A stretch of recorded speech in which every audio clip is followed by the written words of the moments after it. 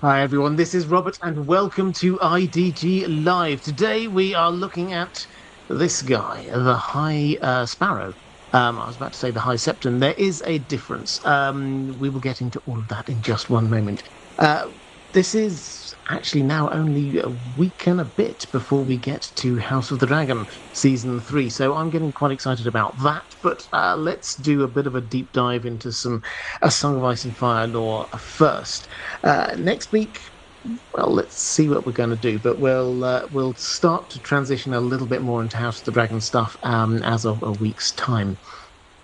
Now, as always, what we will do here is we will frame this around questions I've got from my patrons, but let's also start with a little bit of background, history, explanation of who the High Sparrow actually is. And we should probably start by saying we don't know.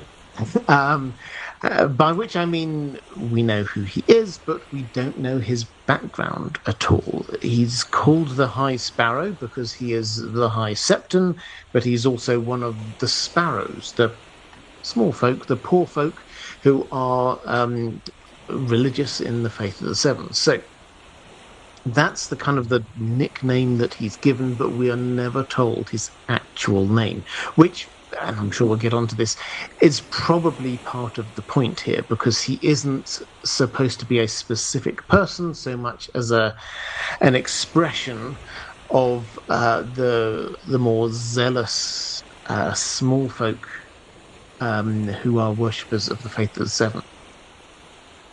So where does he come from and what's his story? Well, we do get very probably an early reference to him when we get one of those chapters of Brienne wandering around the Seven Kingdoms, and she runs into a group of poor fellows who are heading towards King's Landing. And there's a little bit of a toing and froing, but basically this short, thin Septon sort of bids her go on her way, which tells us a couple of things. First of all, we know Brienne is one of the few properly good characters in this world, and the High Septon has no reason to be stopping her. We see what he's like with the people in King's Landing, but with Brienne, he seems all right. So that's the first thing. The second thing is the bigger picture, which is that war has been raging across the Seven Kingdoms, the Riverlands in particular, for quite some time, a year or more. And people are trying to go to wherever is safe or wherever they think might be safe. And for many people, that's King's Landing. And so we have this constant drip, drip, drip, which turns into a flood of people trying to escape the war zone, trying to get within the city walls of King's Landing. They know it's not perfect. They fully know there was the Battle of the Blackwater. They fully know that there's lots of history of King's Landing being in trouble, but compared to their local farmstead, that's as good as they've got for safety. Added to which, for the faithful, that's where the Great Sept is, and that's where the High Septon is, and that, unless they're quite close to Old Town, is the most sensible and logical place for them to go to be seeking shelter. And so they do. They head on down to King's Landing. And a huge amount of these poor fellows, they're often called, gather just outside the Great Sept. And they sort of around where the Sept of Baelor, around where the statue of Baelor is, where Ned was executed. That is where they are gathering, outside this Great Sept. Now, one of those people is the person who will be known as the High Sparrow. He seems unremarkable. He at one point gives his sort of history as being a Septon. Out there in the Seven Kingdoms, he had 100 or more villages that he would sort of go around on rotation, and he would preach to them, and he would marry people, and he would do all of the things that a good septon should do in a village, and then he'd go on to the next one, and then he'd go on to the next one, and you just do his rounds. This was what a traveling septon would do, and a lot of the time they would be welcomed in, they would be fed, they would be given shelter for a night or two, and then they would be allowed to go on their way. So that's what it is, and that's unremarkable. There are many, many of them. We meet Septon Merribold and many others who are in that rough ilk.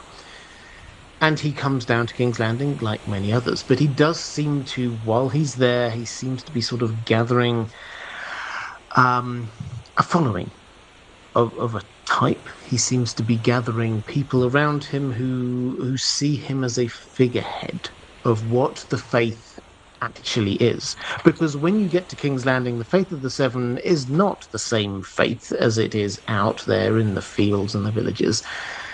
The High Septon, who at the time is this guy who was appointed by Tyrion, he's overweight. He wears this beautiful, incredibly expensive crown.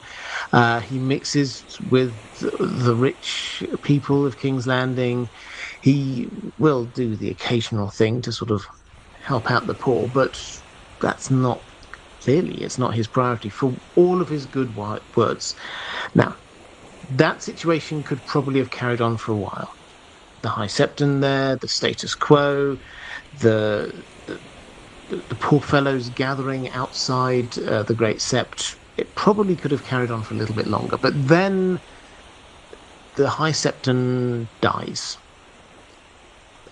According to the world, as far as they knew it, he died in his sleep.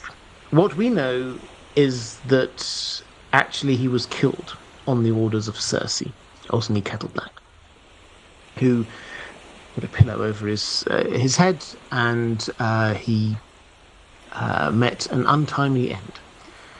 Why? Well, we all know that Cersei is a little bit paranoid.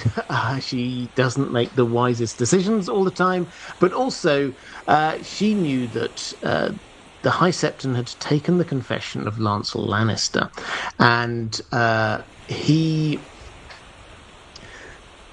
obviously has got a lot of dirt to spill on Cersei. Now, the High Septon at the time probably wouldn't have done huge amounts about it, but Cersei didn't know that, and she decided that she would just solve this bit of the problem in her mind by getting rid of him. So, what happens? Well, then we have a conclave. They had to choose a new High Septon, and so the great and the good of the Faith of the Seven all gathered, and they started to discuss and put forward a few candidates here and there. And they were nearing a decision, it would appear. And the person they were likely to pick was sort of more of the same. At which point, the doors burst open, and all of these poor fellows who'd been outside kind of burst in. And some of them are carrying axes, and some of them are carrying this septon on their shoulders. And they're saying, we want this guy to be the High Septon, because he seems to care about the faith. He seems to do the things we think the faith ought to be doing. And the establishment seem to be rocked by this just in the short term, and they give in. They allow this person to become the High Septon. When we say allow, they were confronted by an angry mob with weapons.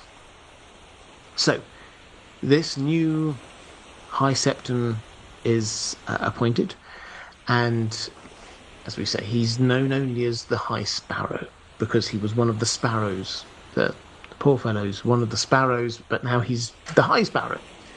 So he comes into place, and he does what he said he was going to do.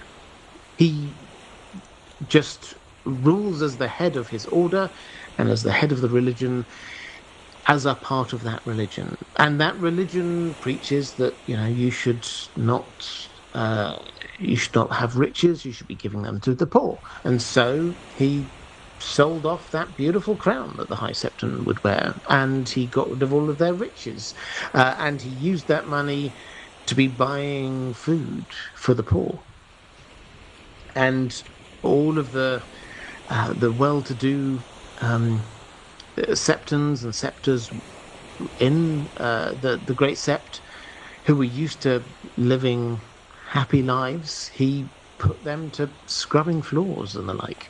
He abandoned the gaudy robes. He just wore this simple homespun kind of gown, really. And this was revolutionary. So that's how he came to power. That's why we don't know huge amounts about him. That's also why, and we will get onto this, why this has kind of like provoked a huge amount of theories about who he might be, because he does not have a name, because we do not know where he's come from, and because he is clearly shifting the political situation in King's Landing. It makes people wonder, is this person being manipulated? Is this person, or is this person secretly someone else trying to change things within King's Landing? So, Cersei, at this point, probably realizes that things aren't going exactly to plan, particularly when the new High Sparrow refuses to immediately acknowledge that Tommen is the rightful king. Now, this is a big issue for Cersei. It also coincides with her having a huge problem with debt, the crown's debt. So she is there trying to work out, well, what do we do? We owe money to, yes, the Iron Bank, but also a lot of other people. Now, it's about 6 million gold crowns that they owe, the golden dragons that they owe, and half of that is to the Iron Bank. And the Iron Bank have sent their representative and said, we really think we'd like you to carry on paying this money back. And she's gone, no, we need this money. And she thinks they need this money in particular for rebuilding the Royal Navy, because after the Battle of the Blackwater, they basically lost all of their fleet. And she does realise that this leaves King's Landing in quite a vulnerable position. So in order to rebuild their fleet, they need money. She realises that they're not getting so much money in these days, and she thinks, okay, how do we stop money flowing out? Well, we'll stop paying money back to these people we owe stuff to. So the Iron Bank, we know she makes a strategic error there. We will see the result of that over the next book or so. But she decides not to repay them. And then she sees this opportunity with the faith. Because it turns out that another 1 million gold is owed to the faith. And the person who is in charge of that debt for them is, of course, the High Septon. So what does she do? Well, she thinks, okay, so I need a couple of things from them now. I need them to acknowledge that Tommen is the king, and I need them to cancel my debt, basically. And she's willing to give them a lot. So she goes to see this new High Septon. And she sits down and she starts negotiating. Now, neither side probably would talk about it in that plain terms, but that's what was going on there. And she comes to this deal because the High Septon's starting position is, okay, well, I need to think about Tommen because this is quite hard. But also, the foundational principle that we've got here in terms of the relationship between church and state is that the state, the crown, will protect the faith. That's the foundational point that we've got. This is what was established. So Jaehaerys I, Maegor, a bit before him, they came up with this established way that this was going to work, because way back in the early days The faith did not like the Targaryens for obvious reasons. The Targaryens were incestuous, the Targaryens were polygamous, the Targaryens had a history of worshipping other gods. There was a lot not to like about the Targaryens from a faith perspective. And the first few decades of the Targaryen rule was characterized by a huge amount of sometimes large, sometimes small rebellions amongst the faith. And the decision that was made by Maegor and then Jaehaerys was, we are outlawing the ability of the faith to bear arms. The faith militant was what it was called. They would basically create a small army of their own. And so the deal was made that the faith would kind of look the other way when it came to the Targaryens and all of their strange foreign ways. And the faith would lay down their arms, and the faith would never again be allowed to be carrying weaponry. It would become a peaceful religion. But in return, the crown would always protect the faith. The High Sparrow, when fast forwarding up to this negotiation with the High Sparrow and with Cersei, the High Sparrow's position was the crown has not delivered that. Not recently. We've had this war of the Five Kings, which has been going on, and no one has been protecting the septons and the scepters. There's been pillaging and worse going on, and no one is protecting them. So the crown has reneged on its part of the deal. So Cersei thinks, okay, I think I can get what I want here if I give them what they want.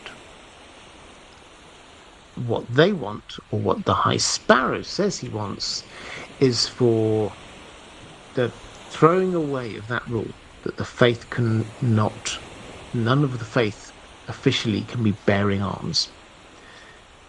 She allows the re-establishment of the faith militant in exchange for a recognition of Tommen as king and the wiping off of that 1 million gold debt. Cersei goes away, and we see this obviously from Cersei's perspective. Cersei goes away thinking that she has made a great deal.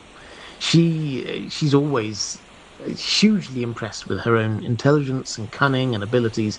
She thinks she's just like given away almost nothing and got a huge amount.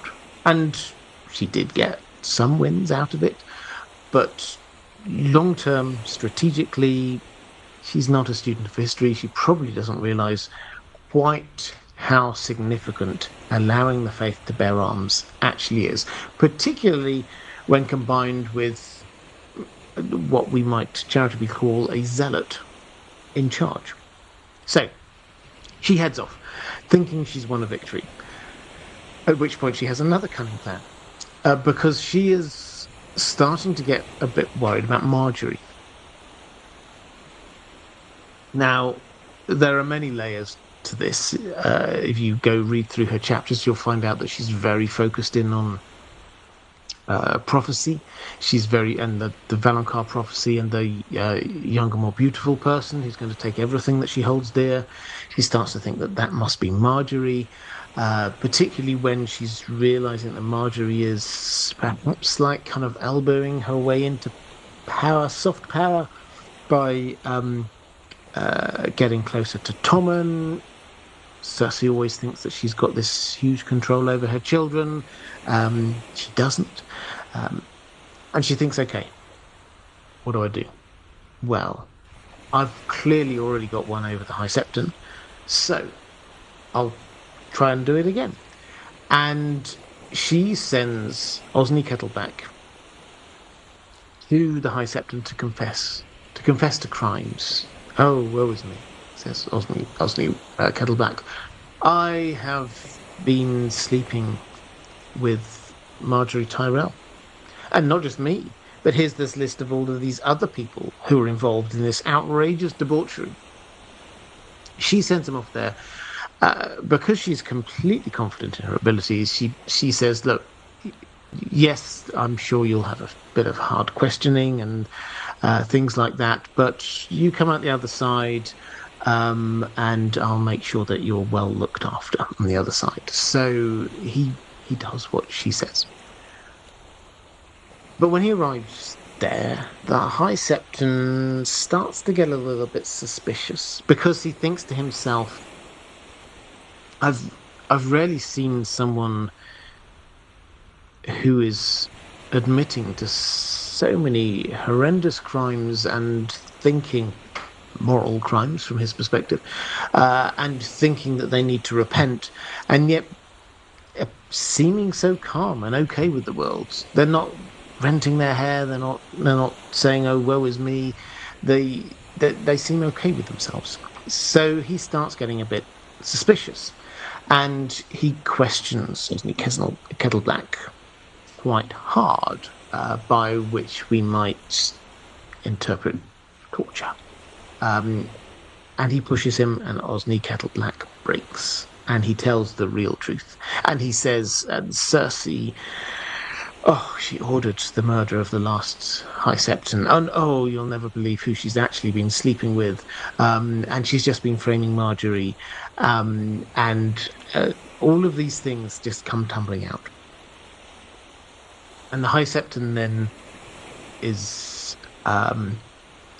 having taken Marjorie into custody, he's obviously thinking, well, maybe Cersei's the person I should be taking into custody. And Cersei rather advisedly heads on down there, and the High Sparrow captures her and says, I've learned these things about you, and I think you need to be facing up to these charges.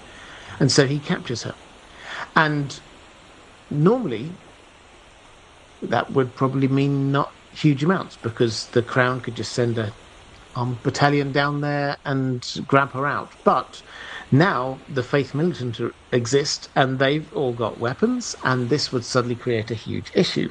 Added to which, the person who's now in effective control in the Red Keep is Kevin Lannister, who, although he's a Lannister and will wish to protect the Lannister name, he's not Cersei's biggest fan.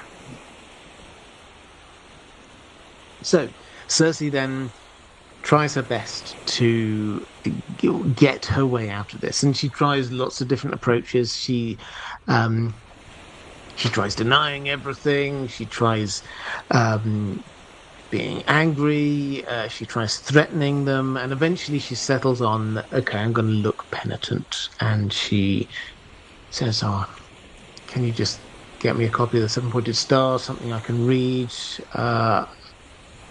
She does everything she's told. And the days pass. She says, I want to confess to the High Septon, the High Sparrow. And she goes before him, and she does confess these things. Not everything, but the things that she thinks, well, I don't think I can get away without confessing those things. So she confesses a couple of things and convinces the High Sparrow to allow her to be released from custody. She's still going to come under trial, but she's going to be released from custody as long as, and this is where Kevin also comes in, as long as she does this walk of shame, which she does. And she heads up to King's Landing, or to the Red Keep through King's Landing, and obviously hates every minute of it, which, just on that basis, we should sympathize with, because that's horrible. None of us would like to be walking naked through King's Landing while people hurl abuse and very smelly things at us. That was a nasty experience for her. Which leaves us in the situation where the High Sparrow is in charge of the faith. He has got a newly invigorated faith militant. So he's got soldiers.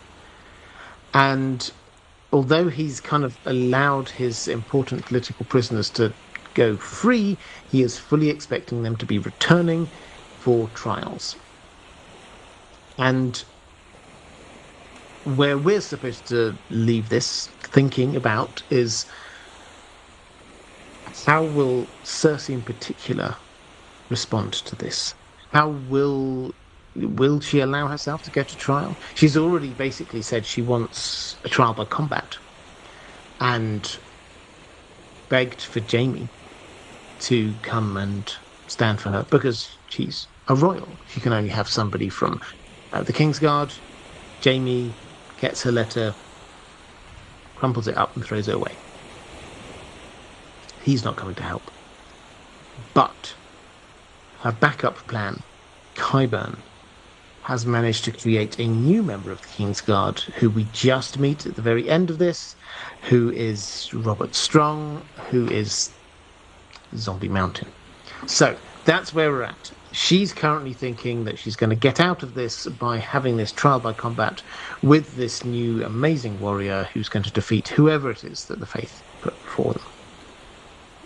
So, the High Sparrow at the moment is still in the ascendance, and the poor folk of King's Landing are broadly sympathetic with him.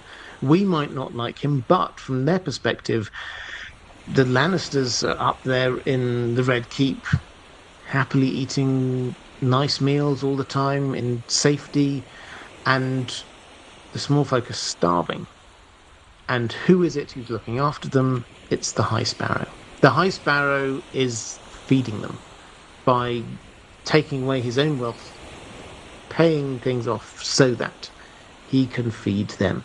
So he is there on the side of the small folk of King's Landing, and this is creating an even greater rift, and we see this throughout the history of King's Landing, between the Red Keep and the people up there, and the small folk, the everyday folk who are outside. Mara Lee, great to see you. Mara saying, just a show of love, you are the best. I love the content. Thank you. I hugely appreciate that. And had a question somewhere from Brad Brothers Bradley saying, happy Thursday. No pink gin this time, sadly. I'm sorry to hear that. But I wonder how the other potential kings or queens would deal with the Sparrows and the High Sparrow in particular. Any thoughts?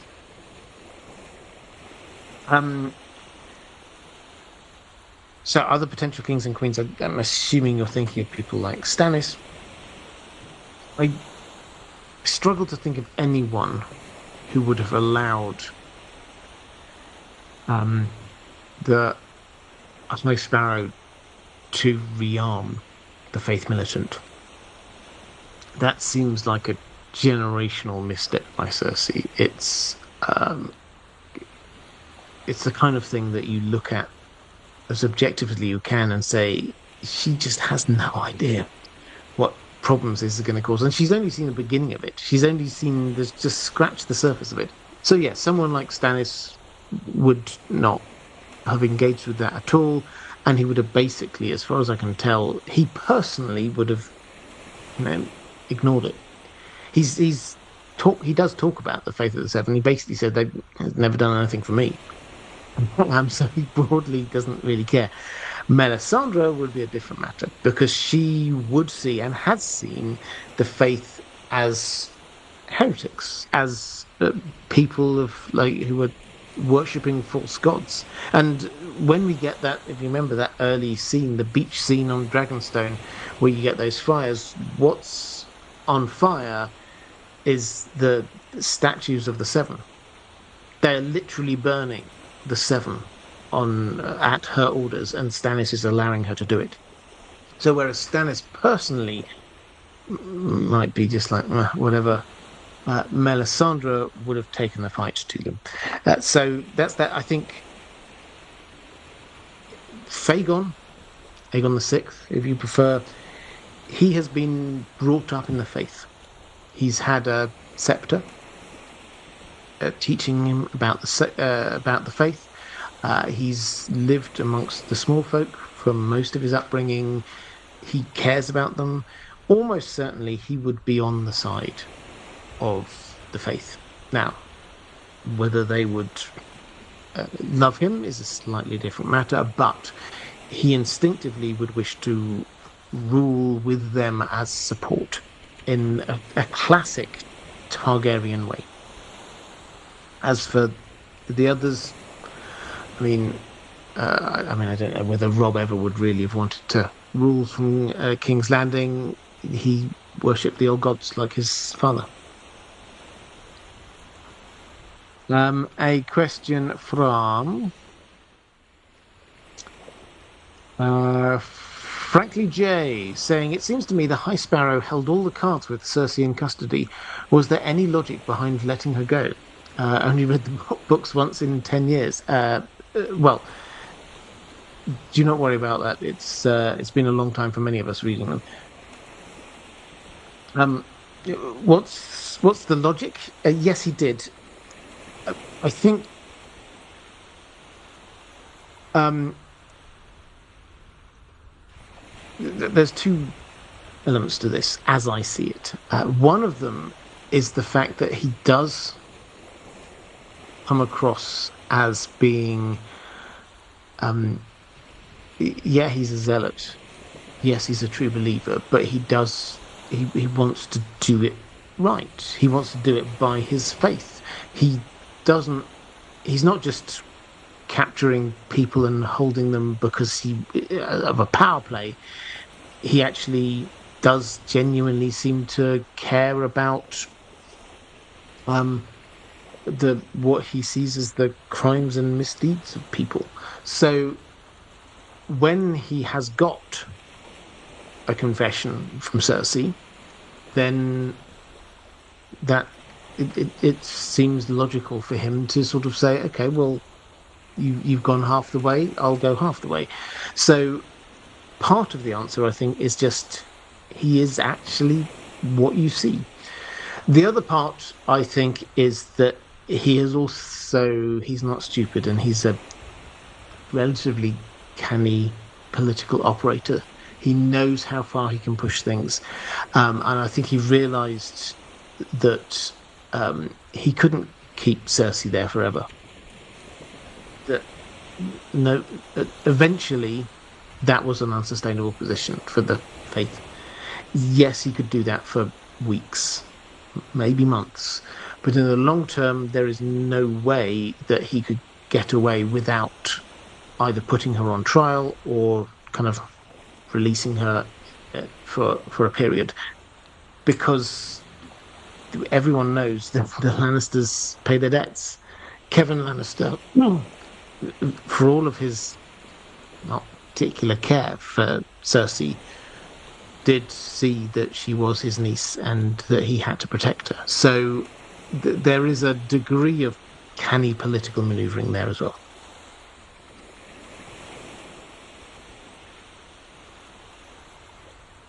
Right, let's go to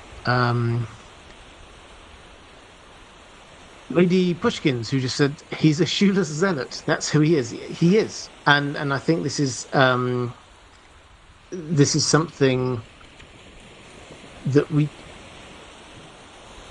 I tried in that last answer actually to try and tease this out. Is that when we're trying to describe who he is and what he is, we have to look at his actions because we don't have anything from his POV.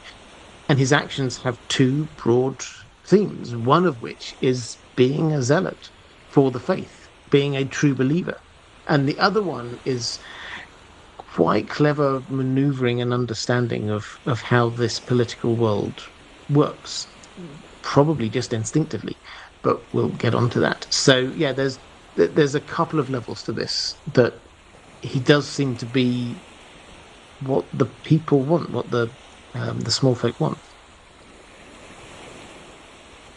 Yeldenil saying, "Hi, Robert and Dan. Do we know what the relationship is between the Sparrows, or the Faith, and the Maesters? I've always found it peculiar that those two powers seem to balance each other out. While the Maesters promote science and rationality, campaigning against magic and mysticism, the Faith and other religions maintain a certain level of magical thinking and attribute unnatural or supernatural powers to gods." Yeah, interesting. So what's the affinity between them? What's the relationship between them? Well, although we now think of them as being sort of based in separate places.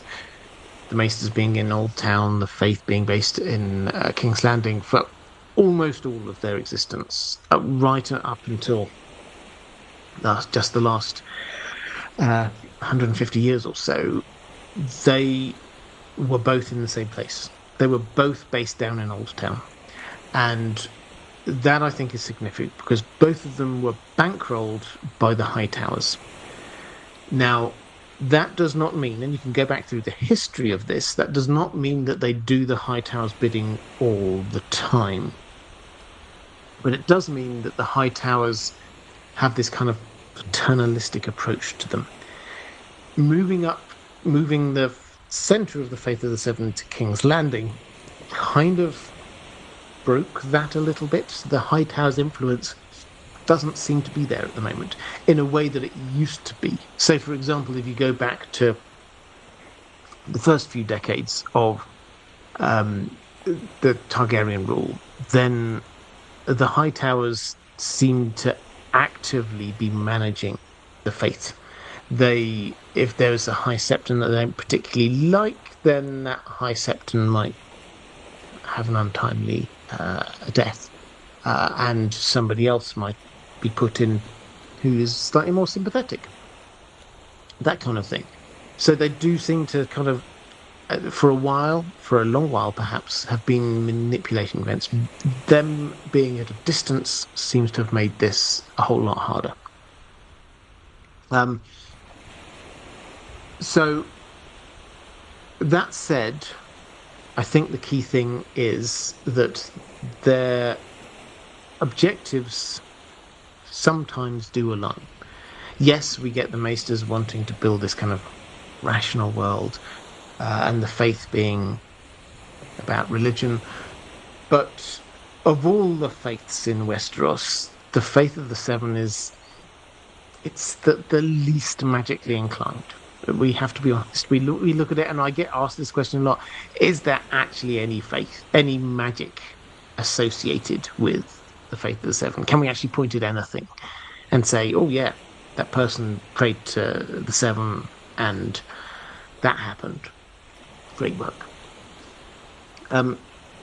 So if the Maesters had to be supporting a religion per se, the Faith of the Seven probably is it. That's the one that they'd want. If this faith is preaching the kinds of things that they like, which is caring for the small folk, which is supporting conservative with a small c causes like marriage and faith and caring for those less well off, these kinds of things actually do kind of fit in with the Maester agenda when you're thinking about it. And they might, if they're being slightly Machiavellian in their mindset, they might think, well, I'd much rather people follow this rather benign faith than any of these other crazy faiths out there. If people want religion, let's let them have that religion. It's never fully spelled out as being this strong link. There's no real technical legal link between the two, but still they work well with each other. Let's put it that way.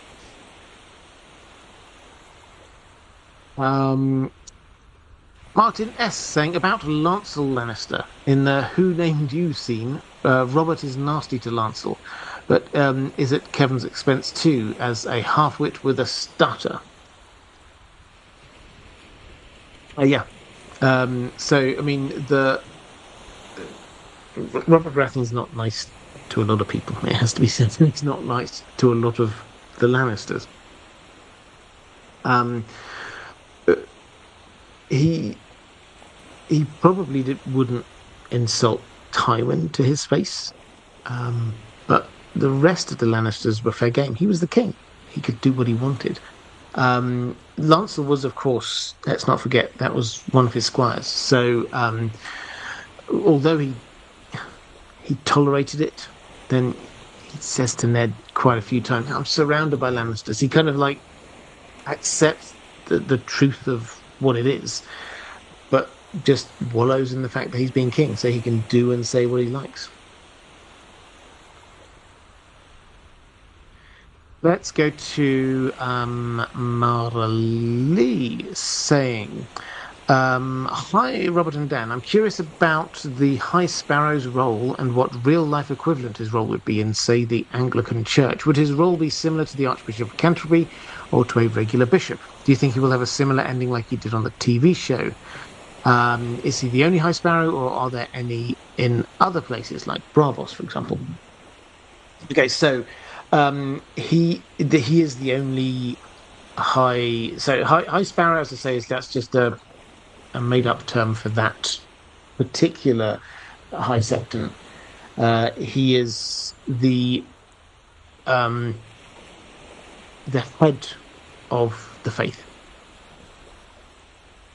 and that means that yes, he's the head of the faith worldwide.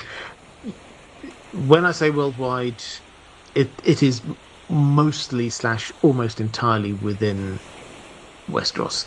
There are a few small enclaves. We're told, there is a sept in Bravos, and other. I think we've heard of others being aware of it, but there's certainly no septs or wandering septons in most of Essos. So yeah, it's broadly Westeros we're talking about. How does this equate to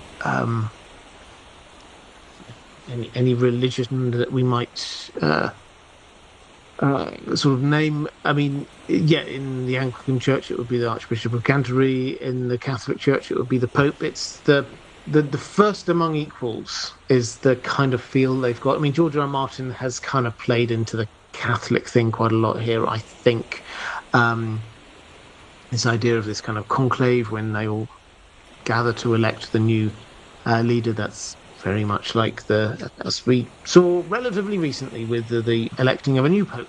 That's that kind of feel that he was buying into, and it's also a faith that he was, I think, brought up in as well. So he's aware of it. So yeah, we're talking about the primus inter pares, the first among equals.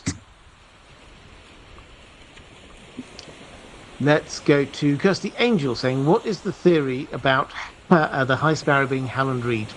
Also, Sparrow is the literal translation of the word for little finger, pinky, the little finger, in Turkish. I did not know that.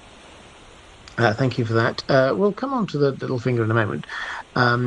So yeah, I do have a question somewhere about this, but I will combine this with that. So the theory about the High Sparrow being Howland Reed, this is a theory which has been around in the Song of Ice and Fire community for a while now, at least a decade, I would say. And this, I think you can file this under one of those theories where it's like such and such a character is secretly such and such another character, which they're popular. These kind of theories, I usually don't like them, but sometimes do. It at a high level, what I don't like is the way that kind of thing shrinks the world. Is that we're experiencing this hugely vibrant, wide, and varied world that George R. R. Martin has created, and every time an interesting character over there, actually you find out that they're not just that interesting character. There was someone over here before. For me, that kind of like shrinks it. Why on earth can't we have an interesting character there and this other interesting character here? Because there are plenty of interesting characters in any vibrant world. But all of that said, this is a theory which has been doing the rounds for a little while. Mostly, in my view, this comes from relatively circumstantial stuff. It builds on the obvious facts that A, we do not know who the High Sparrow is, and B, we do not know exactly what Howland Reed looks like or what he's been up to, but we do know that he's alive. So those things are there. Um, the theory goes on to say, well, what do we know about Howland Reed? Well, he's short, and he's sort of vaguely magical, I guess. So, maybe he would be able to influence events. Um, and he's also very loyal to Ned Stark. And so, what might Howland Reed do following that logic? Well, he might go and try and get revenge on those who killed Ned Stark. So that's the high level theory. Really, he emerges from somewhere in the Riverlands, and then goes off and destabilizes Cersei's rule. I don't disagree with any of those facts, but for me, it doesn't really hang together.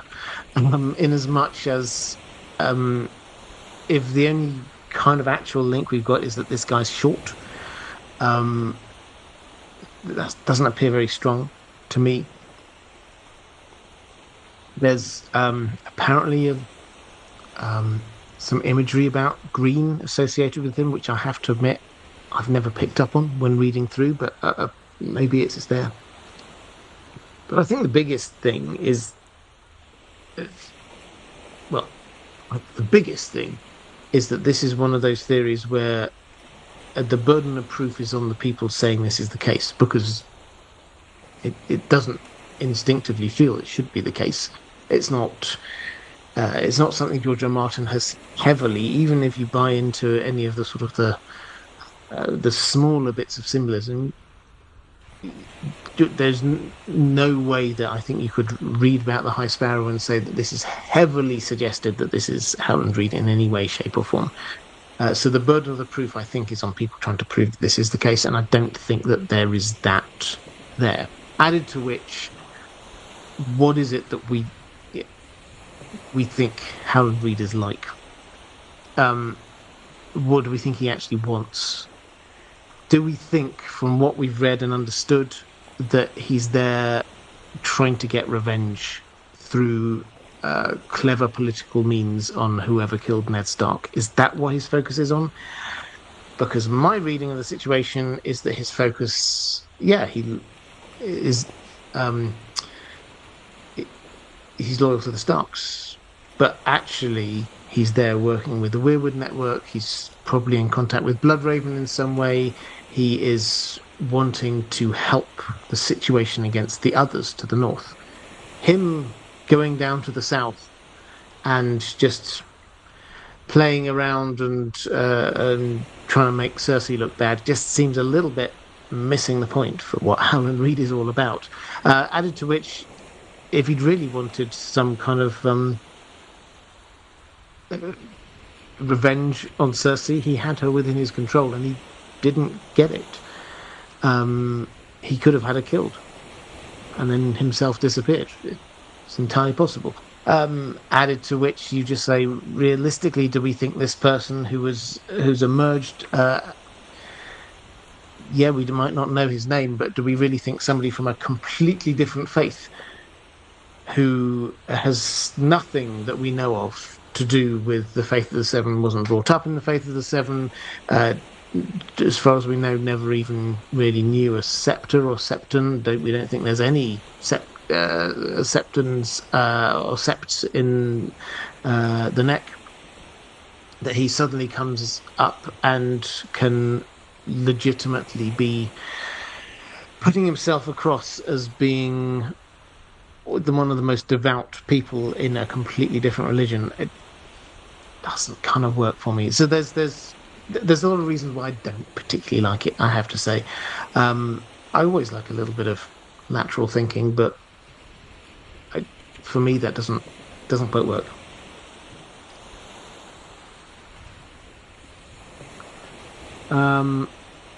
Let's go to Roman Lakovet saying, I'll ask the obvious question. Is the High Sparrow a genuine religious zealot, or is there something more to him? I mean, it is an obvious question, but I think it's the right question to ask. And this is one of those things where we have to go, I think, with Occam's razor, because if everything he's done suggests that he is a religious zealot. He's done nothing to disabuse us of that. He's done. Um, he's not seemingly pursued any other agenda while he's there. So, if he is someone else, then he's so deeply undercover that he's not really achieving anything much.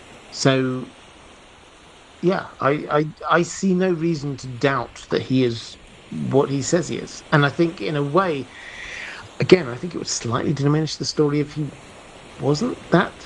Because George R. R. Martin has, if you want to go with foreshadowing, he wrote all of the history we've got in Fire and Blood about these, if you read it, hundreds of pages of the faith against the crown.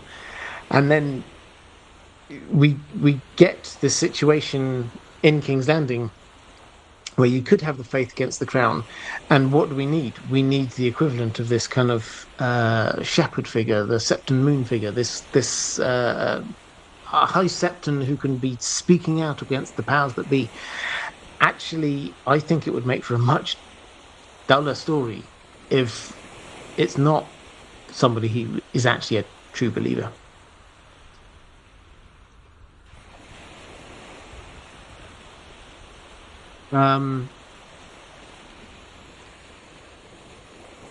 Let's go to a question from Derek saying, isn't it funny that some random guy from the countryside with no shoes is smarter politically than Cersei? Well, yeah. But I think when you read Cersei's chapters, I think they're actually some of the best written chapters George R. R. Martin has done, because you get all of her kind of Virginia Woolf-esque sort of stream of consciousness coming out about all of these paranoia she's got and what she thinks about this and what she thinks, and so much of it is just not the case. And so we, the reader, are actually invited to go, actually, Cersei, you're wrong on this, and you're wrong on that. And we're invited to spot when she's making strategic errors. So, is it funny that some random person is better politically than her? I mean, it is funny, but it's because she's not strategic. She thinks she's strategic. She's not. And just the giving up the right to bear arms to them is just funny. He actually, when you look at it, so Jonathan Pryce, I thought did a fantastic job.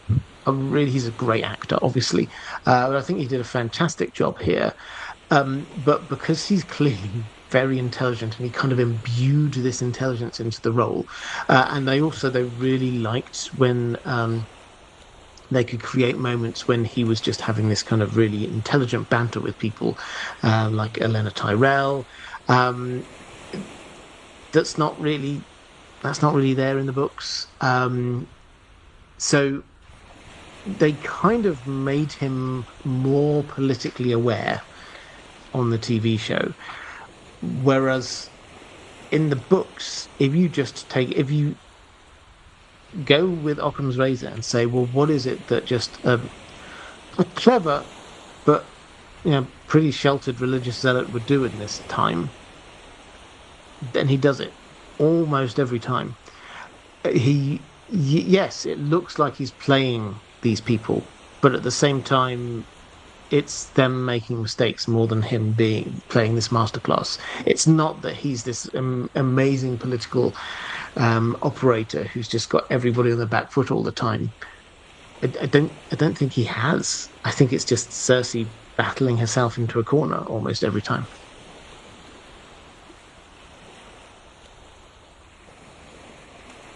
Let's go to Roman Lukovets. In my previous question, I meant whether he was using the faith to achieve a goal, power, etc., or if he is a true believer with no other motives. Yeah, no, good clarification. I don't think there is, again, I don't think there is any indication that he is there other than on a purely personal level of maybe he does get off on the power, but he doesn't seem to be um, gathering power for himself in terms and then using it. He's actively giving away money, which he could use to sleep in a nice bed and wear nice clothes. He's actively going against that. So if there is this other agenda within him to be doing these things, it's pretty genuine because it's taking over so much of his life.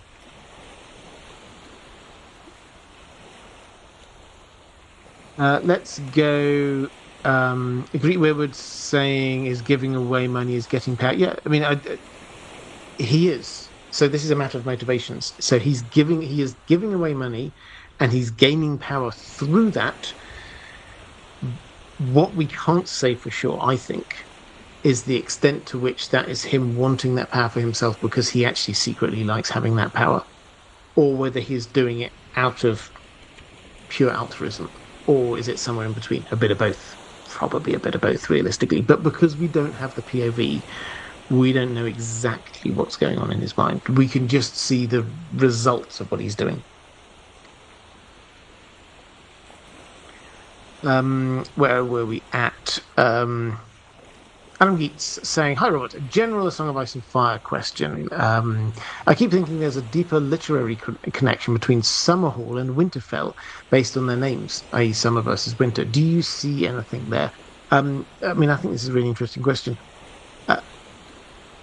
Not on the surface, I think, is the main point. I mean, I think I've done a long series of videos on Winterfell, including why it might be called Winterfell. The idea of Summerhall being this kind of like opposite of it in some way. It's not from the same time period. Summerhall's very relatively recently built. It's not set up, as far as we can tell, with a view to being some kind of magical thing. Winterfell clearly was. Summerhall wasn't. So if there is a link between the two, then it's a linguistic one that George R. R. Martin is playing off of, in that Summerhall is perhaps, well, definitely related to fire, which, in the way that and that's its destruction, in the way that winter snow is the destruction of Winterfell. The last chapter we have, when we get Theon escaping from Winterfell, and he kind of stops for a minute and looks back, and he can't even recognize Winterfell. He can't even see the castle because of all the snow is there. So winter has destroyed it in the same way that so cold has destroyed it in the same way that heat has destroyed Summerhall. So we've got that kind of, yes, there is an echoing going on there. There is, and I will get back into this at some point with a video. There is the what happened at the tragedy at Summerhall issue, which has the potential.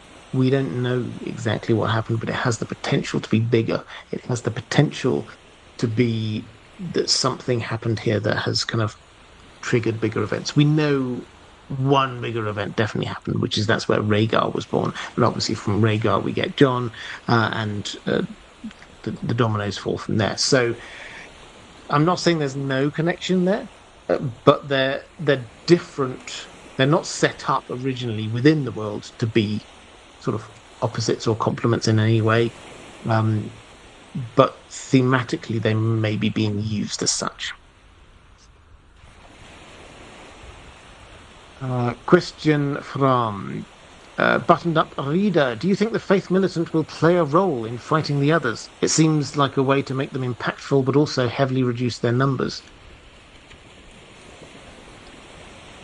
Um, yeah, I mean, this is one of those things. I always pause a little before answering this kind of question because this is what's going to happen, not even in the next book, but in the book after, which is a long way away, not just in our time, but in terms of plotting. And a lot will happen to the Faith Militant in that time. And the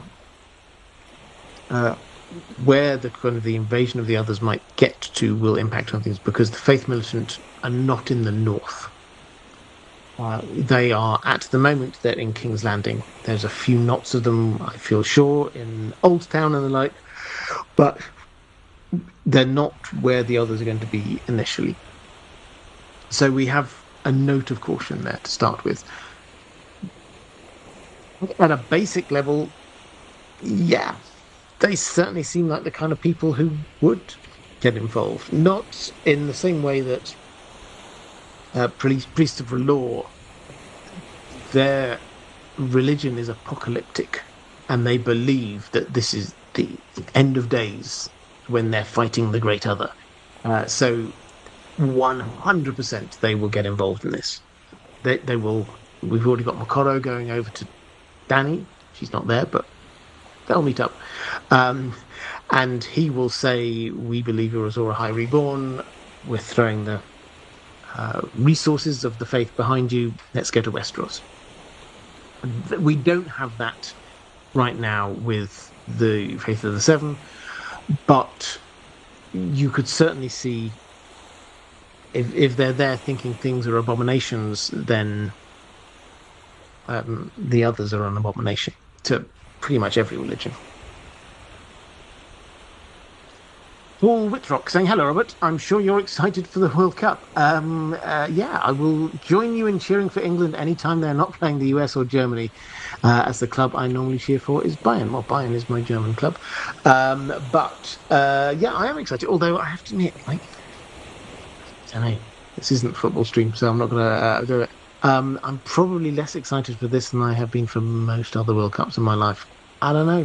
I don't think I'm alone in that. It's just the kind of a vibe I picked up on. Maybe it's just the sheer number of countries that are involved this time. Who knows? Maybe I'm just getting old.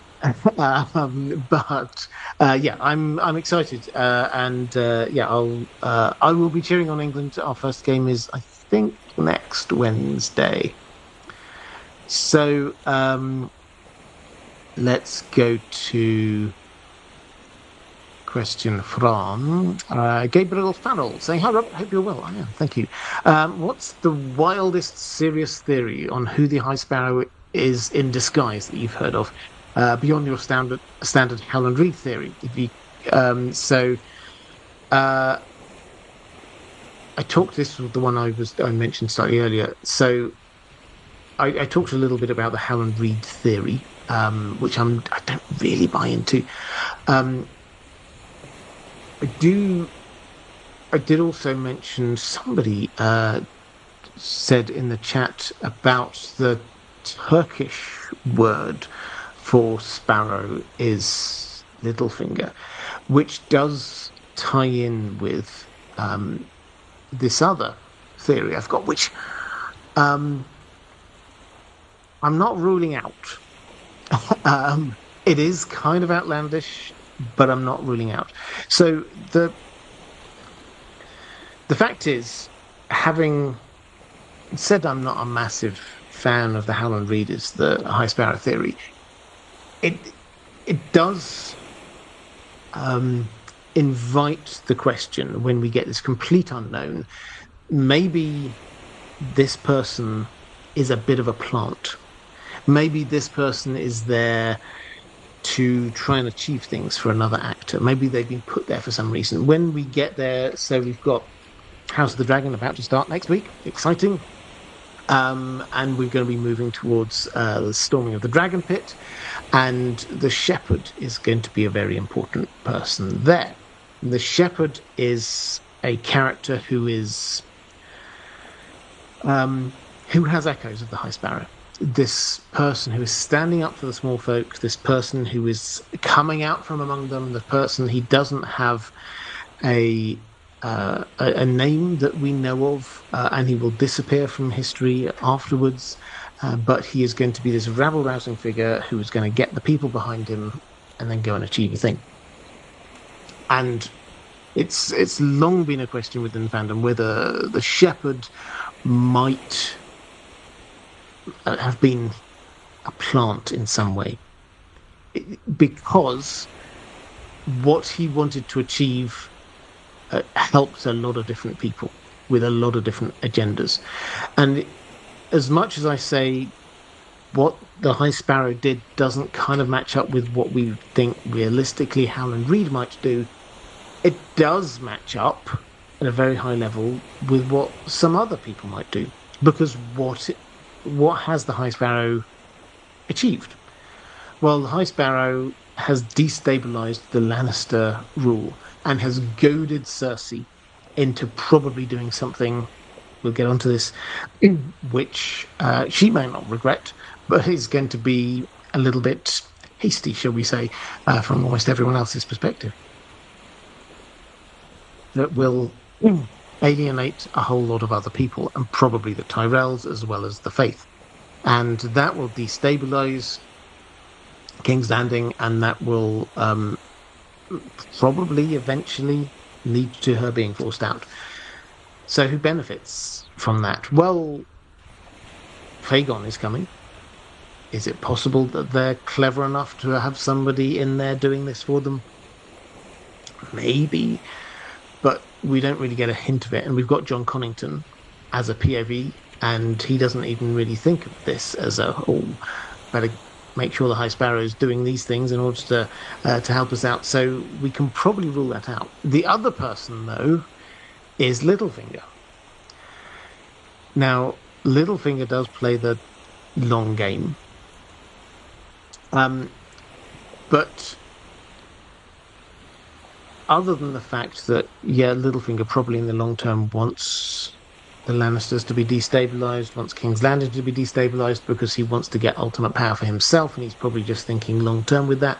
Other than all of that kind of stuff, George R. R. Martin was asked once about something which may sound quite tangential, but isn't, I think, which is he was asked about annulment of marriages. Who could annul a marriage? And he, particularly a highborn marriage, a royal marriage, who could annul one of them? And he said the High Septon.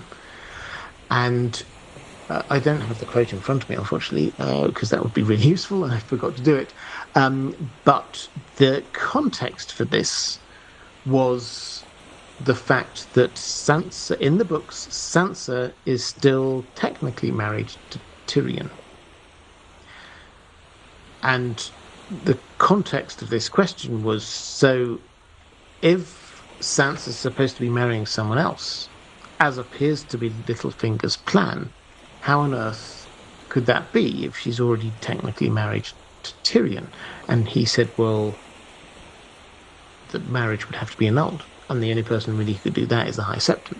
So, given the fact that Littlefinger seems to be happily going along on this idea of, well, we'll try and marry you to Harry Harding, the moment he unveils her as Sansa Stark, everyone will go, well, hang on a minute, you can't marry.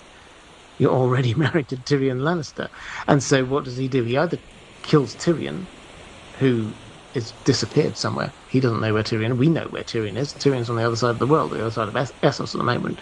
But Littlefinger can't get at him. Or he gets an annulment from the High Septon. If anyone has the ability to be planting someone in there and manipulating events, it's possibly Littlefinger.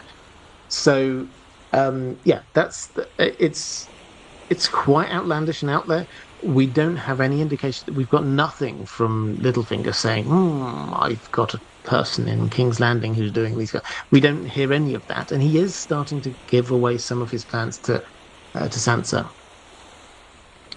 So, yeah, we've not got any firm evidence, but as a sort of an outlandish theory, I don't hate it. Um,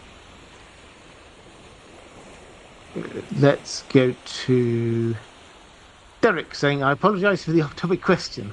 Not a problem at all. Do you think we'll ever see A Dream of Spring, the book? Well,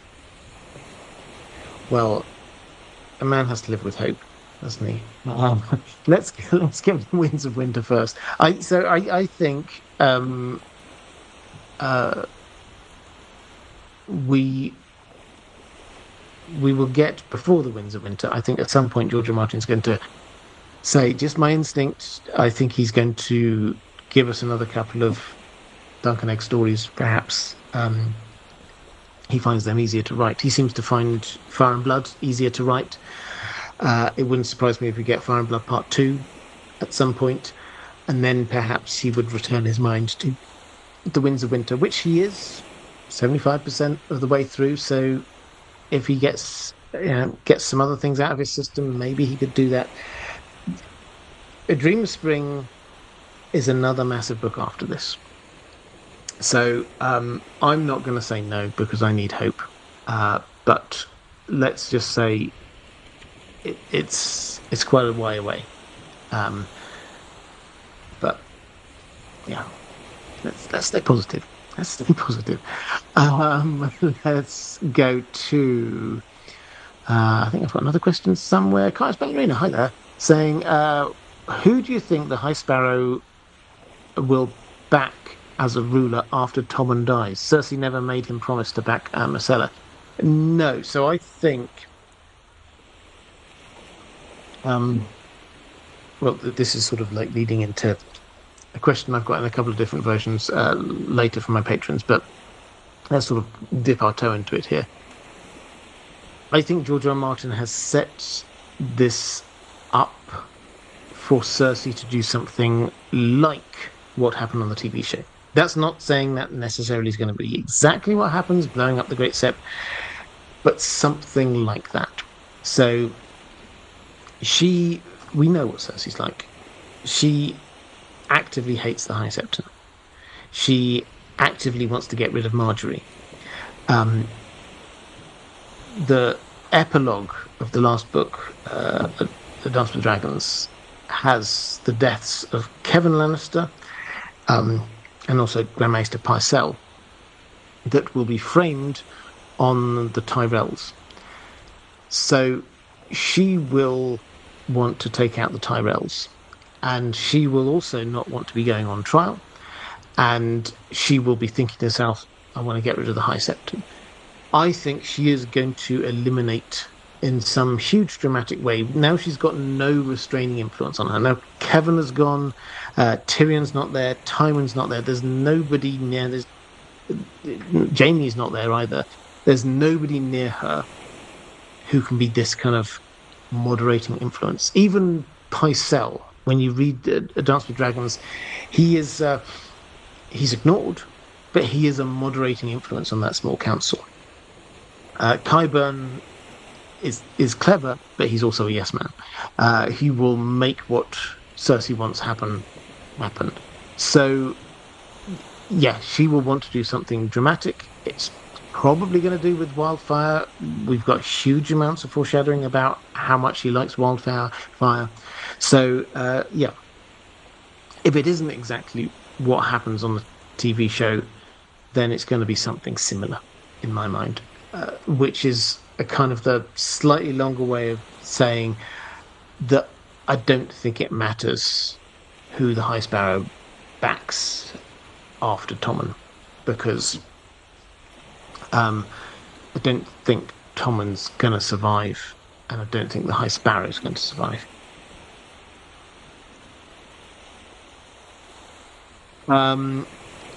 Let's go to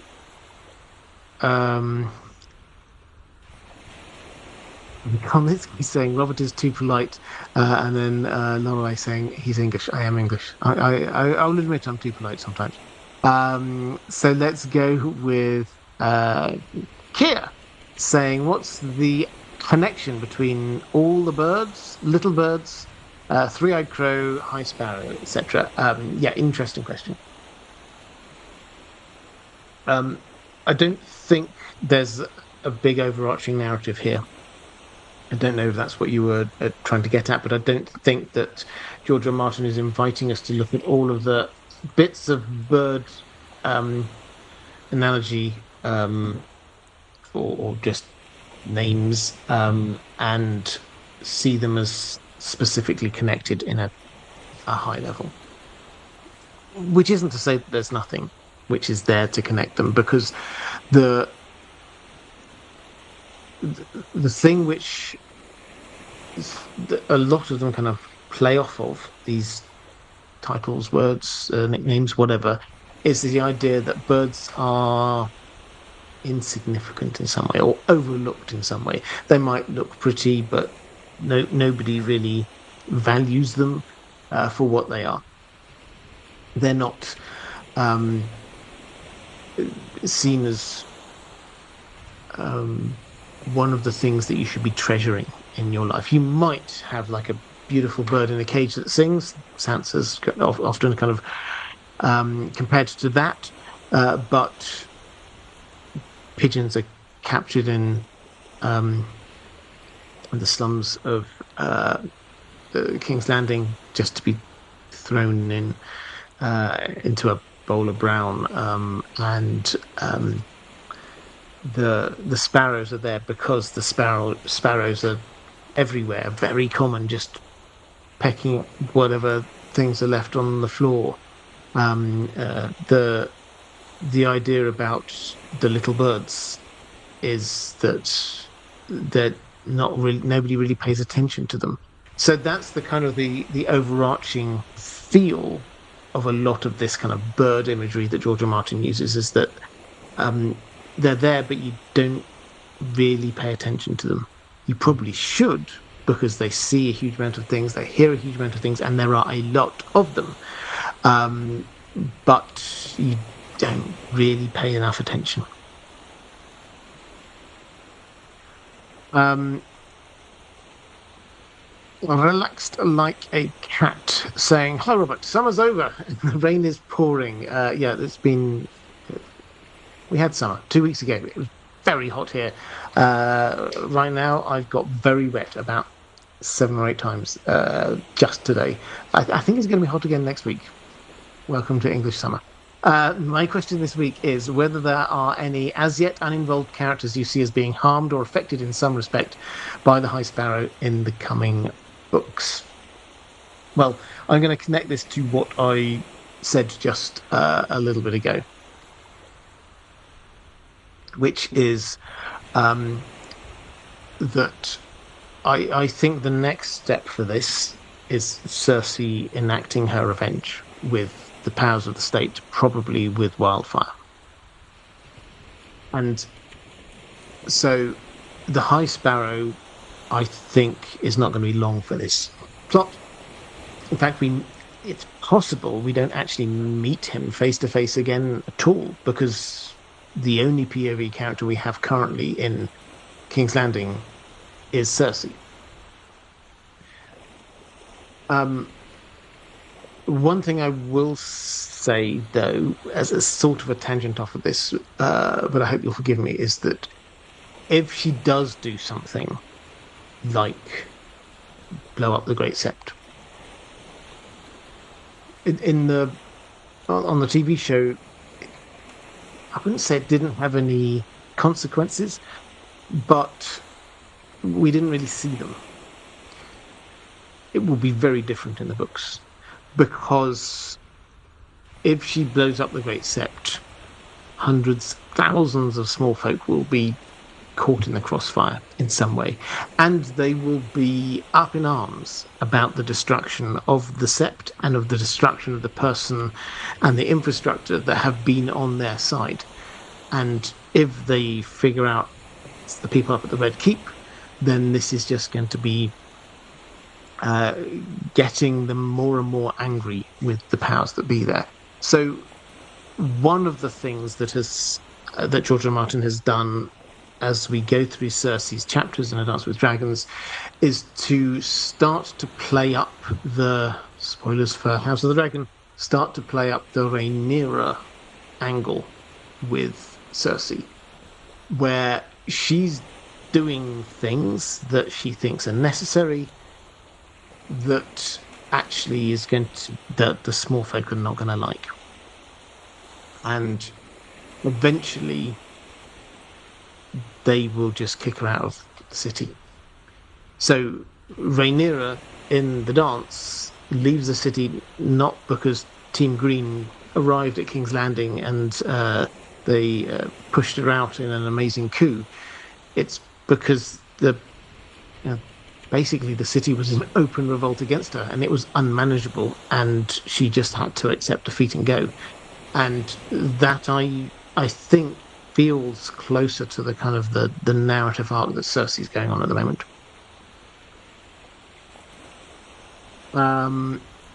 Let's go to a question from Diego Godoy saying, Hola, Robert. Hola to you.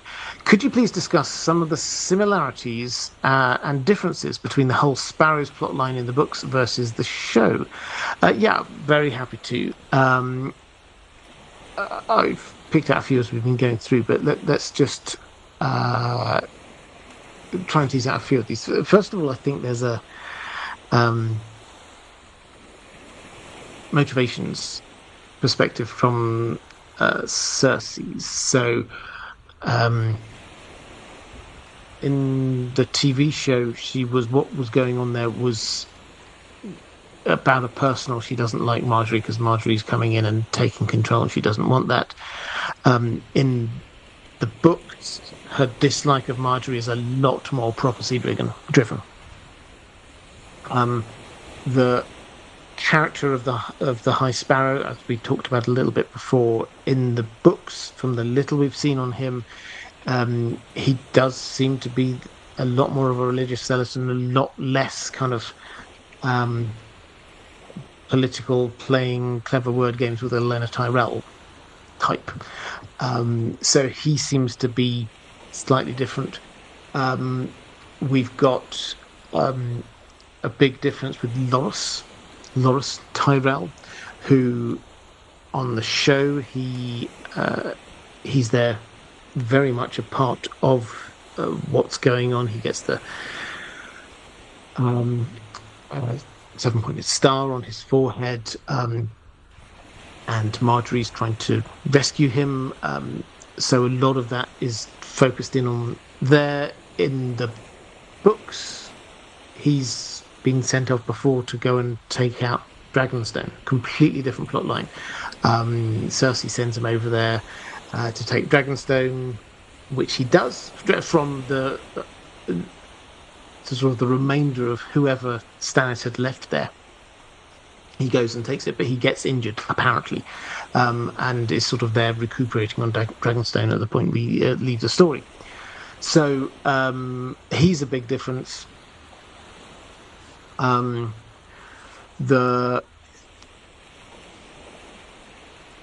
money thing is a big difference as well in terms of motivations for Cersei.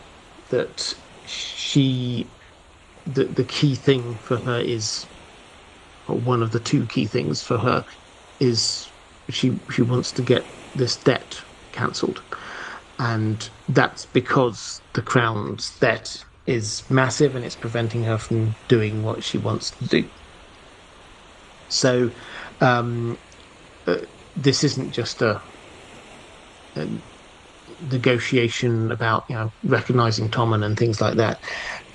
So yeah, I think we've got a few different elements to this. Marjorie is also not as clever a political maneuverer in the books as she was on the TV show. Again, they tried to make this be a lot more of a kind of a chess thing as opposed to she's just they're trying to, I mean, she's still relatively young herself. Um, uh, she, on the TV show, if you remember, she's there um, manipulating Tommen and to a degree the High Sparrow in order to be like proclaiming that the crown is here on the side of the faith. That whole subplot that didn't really or hasn't really happened in the books. Right. Let's go to Lorelei Dragons. And good evening, Robert. My question is about the Faith Militant. Are they meant to echo something like the Inquisition? And how have they historically interacted with the king? Well, so the Faith Militant have been around for a long time. How they interacted with the king was in the early days, the Faith were one of two organizations that spanned the continent. The crown was not,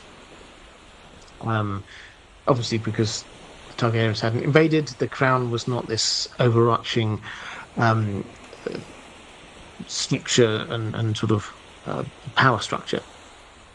You had the Maesters and you had the Faith.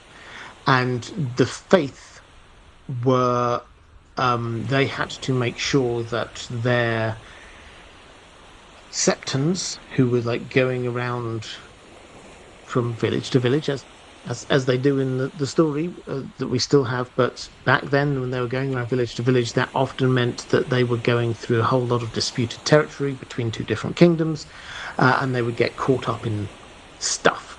And so the Faith Militant emerged from this idea of like, okay, not everyone's made to be a septon or a scepter, but you could, however, protect them when you've got 7 kingdoms or 20 kingdoms or 100 kingdoms, and they're all constantly at war with each other. If you want your priests to be safe, you need somebody to be looking after them because they're easy prey. So that's where this all emerged from. When we get the Targaryens coming in, then we have one overarching enemy, as some of the High Septons at the time thought. And so they gathered armies. All of these people who were there, the Faith Militant, who could like take up arms, and there were literally in the first 2 or 3 kings, you would have literal armies of the Faith there. So Maegor went and burnt a whole load and pushed them down and said, you can't carry weapons anymore. That was his plan. And then Jaehaerys, when he came to power, this was still the situation. The Faith was still there. There was a small army outside Old Town under Septon Moon, and he had his first acts really as king were trying to figure out what to do about that. And they were thinking, well, we'll send some dragons over there. And that's when Septon Moon died. Almost certainly the High Towers just getting rid of the problem, because they didn't want dragons coming over there. So the Faith Militant historically had a reasonable and understandable role. They, for the first few decades of Targaryen rule, were this focus of opposition to Targaryens. But then they were banned. And the reason why this was important, when I said ages ago, when I was talking about this deal, and the High Sparrow's perspective, and what the High Sparrow says is that the Crown has broken its promise to be protecting the Faith. This goes back to how the Crown, how Jaehaerys could originally get this deal struck, is to say, okay, you no longer need your Faith Militant. Why? Because the Crown will protect you. You don't need somebody with a sword walking alongside your priest, making sure that your priest doesn't get attacked. Because if your priest gets attacked, then the full force of the law is going to come down on whoever did it. And that was the principle that was made. So Cersei, without being historian, didn't go through all of this and actually think, oh, okay, so that's it. She just thought, okay, fine, they're just wanting people to be there, hold a few swords and look ceremonial. She didn't really think that it was a big issue, but that's because she hadn't been thinking back to what it all was. Are they supposed to echo something like the Inquisition? I mean, maybe a bit, but they're more. They're supposed to be more small folk oriented. So the Inquisition would be a whole lot more priestly focused, and they were there hunting down heresy and things like that. There's always someone in the chat who knows more about this kind of stuff than me. Feel free to tell us about the Inquisition.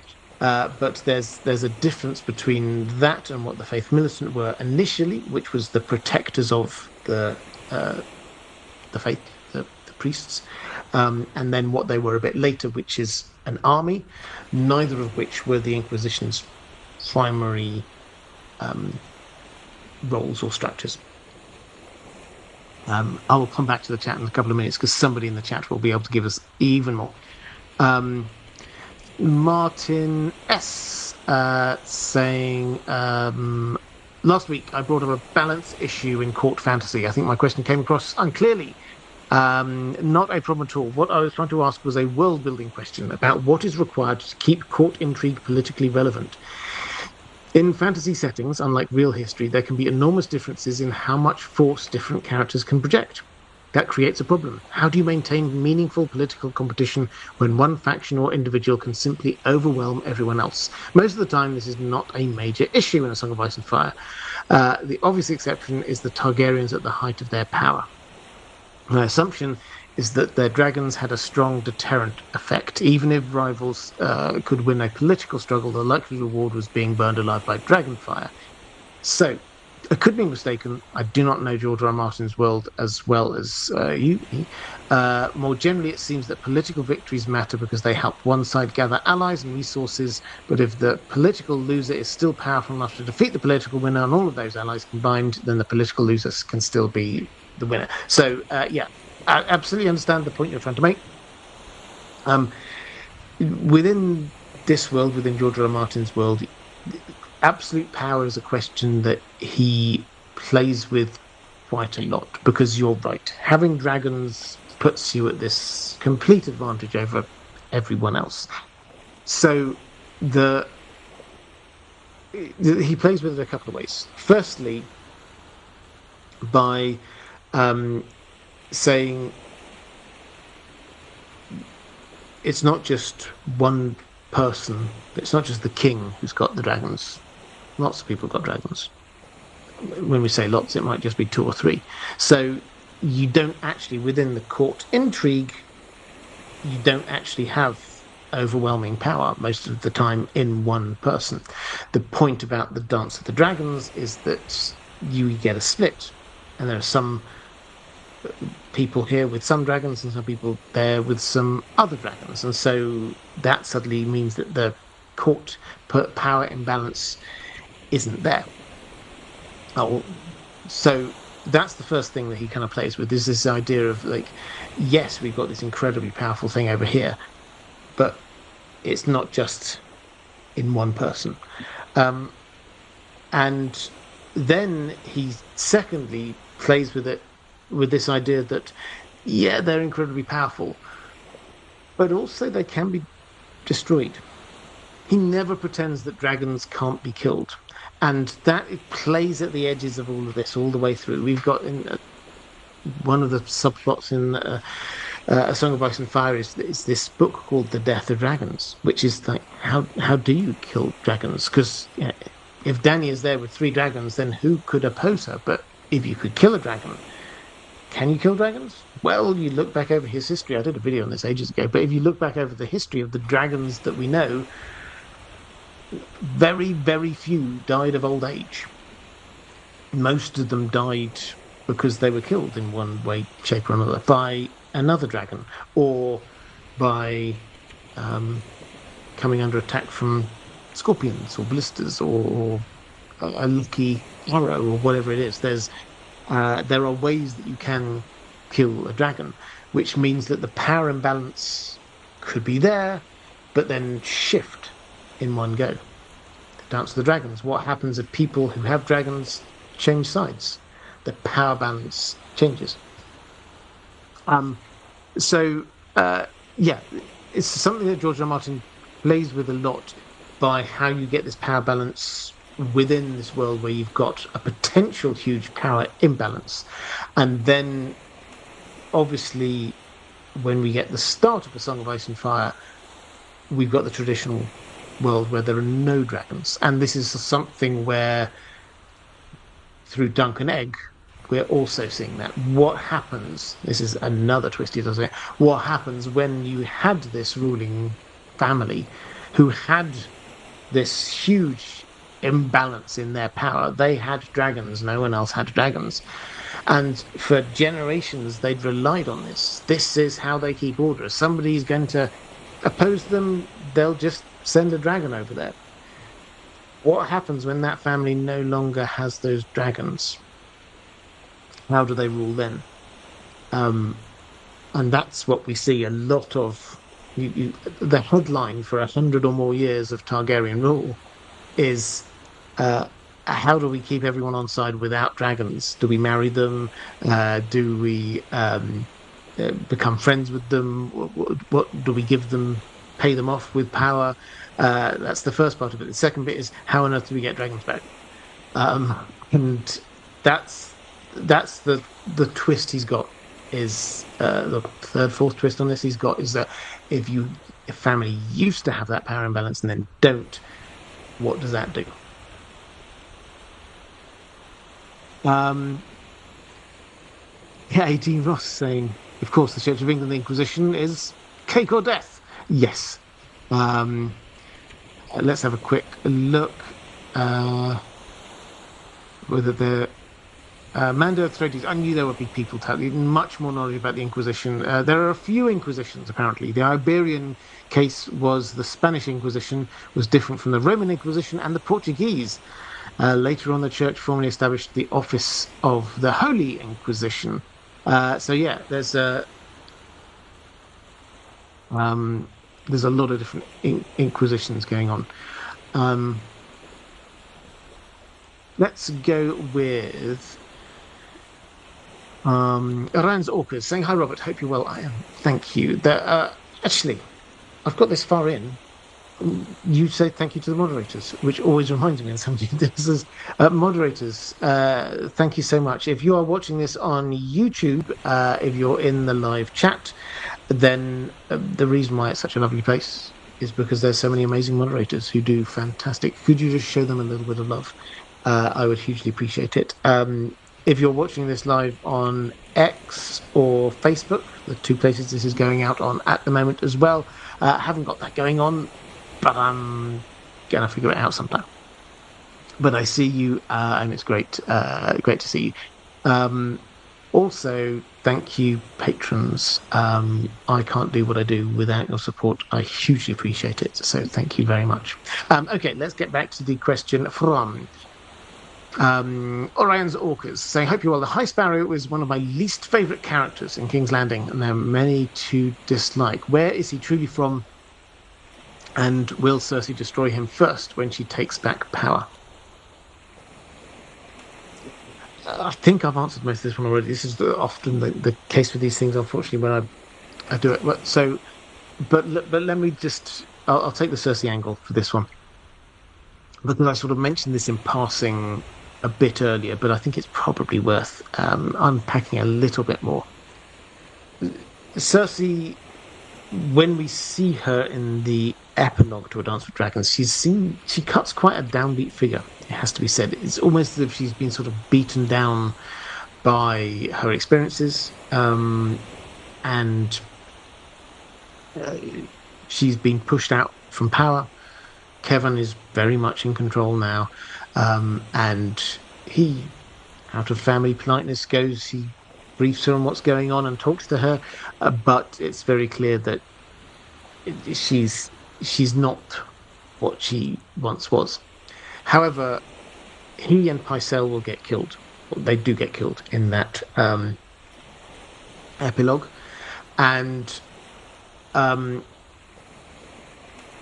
Varys, who does it, he does it in a particular way with a crossbow to make Cersei think that Tyrion might have been involved, but also by planting some Tyrell coins somewhere to make her think that the Tyrells might have been involved. He also thinks someone somewhere will blame the Dornish, which is probably right. So she will come in thinking that the Tyrells have done this. And she also is, when you read her chapters when she's there as a captive of the High Sparrow, you just see how much venom there is for the people who did those things to her, who kept her captive and who forced her to be doing that walk of shame. She will want vengeance on them. There's absolutely no doubt in my mind. And as she will be the de facto ruler at that point, particularly if this does lead to Tommen's death, whether it happens the same way as it happened on the show, I don't know, but I think he will die. And she will be out for revenge. And because she thinks the Tyrells are, they're not innocent, but they're not guilty of the things that she will think that they're guilty of. And the High Sparrow is not innocent. But also, he's probably not as malicious as she thinks he is. Let's go to question from AD Ross saying, "Greetings, Sir Robert. I hope you and Dan are well." We are, thank you. Well, Dan's not. He's done his back in a little bit. Happens to older greyhounds, I'm afraid. Had to take him to the vet this morning, but he's got his drugs now, so he should be okay. What do you think the High Sparrow will make of Aegon VI if he lives long enough to see Cersei lose King's Landing? Or do you anticipate the High Sparrow will be long gone by then? Yeah, so I've sort of covered off that, but I will happily go with your... could I indulge you with a cheeky plug? My sci-fi, this is AD Ross saying, my sci-fi short story, A God in Binary, appears in the latest edition of a penumbric speculative fiction magazine, which launched free to read online today. I'm excited. Well, first of all, congratulations on being published. That's excellent. And do go and check it out. If you're watching this live, I'm sure one of the kind moderators will find a link and we'll put it in the live chat. Zero saying there's a lot of discussion about marriage annulments in both Fire and Blood and A Song of Ice and Fire, but the only two examples that come to mind are King Baelor and Tyrion, Tisha. It seems likely that Sansa would have her marriage annulled, but it's not clear why the High Sparrow would get involved. Do you think he would perform the annulment if asked? Can you think of any other annulments that could come up in the story? Marjorie and Tommen, perhaps? Well, so I've touched on the Tyrion-Sansa annulment. Littlefinger seems very confident. You have to ask why the High Sparrow would sign off on it. But if he is a plant, then maybe he would. We don't know all of his thoughts on marriages, but we do know that perhaps he's not a fan of the Lannisters. But I will do another thing here in terms of the annulments, because it's possible, and we do not know this because we've not got enough information yet. George R. Martin has not given us enough information yet, but there is one other potentially massive annulment that could have happened or could have been about to happen, which is Rhaegar and Elia. Now, if Rhaegar and Lyanna ride off, they're in love. We know that Lyanna was very strong that she didn't want to be with Robert Baratheon for a number of reasons. First of all, that he had mistresses, he saw other women. She did not like that. So it seems reasonable for her to be saying, okay, Rhaegar, you say your marriage with Elia it was a political one, you're friends, maybe you're not actually in love, but I'm not cool with that being a marriage and us being together. That feels in line with what she might say if that's the situation.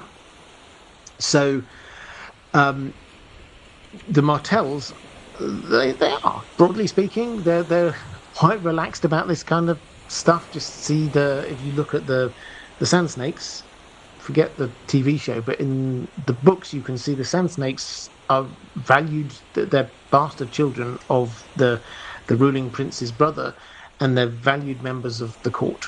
There's no shame there at all. They're recognised. It's not a big issue, and they're bastard children by a number of different mothers.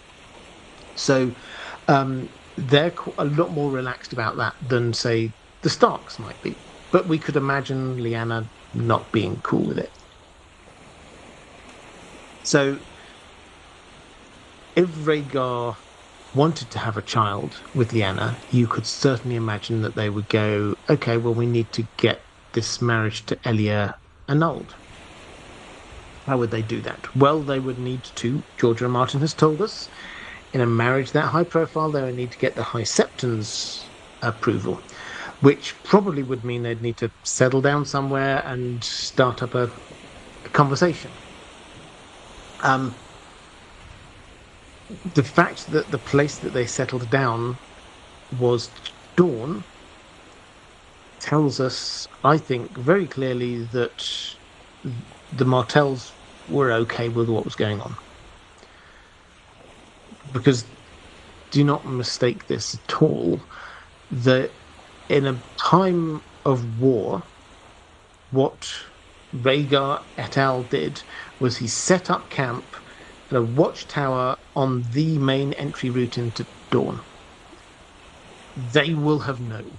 There is a family, House Fowler, whose only job is to keep watch of the Prince's Pass, that way through the mountains, to keep the watchtowers going. They will have known that the heir to the throne has arrived with a woman, Lyanna Stark, and some members of the King's Guard, and probably some other people, and they've set up shop in one of their... They will know, and House Fowler will have told the Martells. The Martells did not do anything, which says they're okay with the situation. So, if we have this, there is...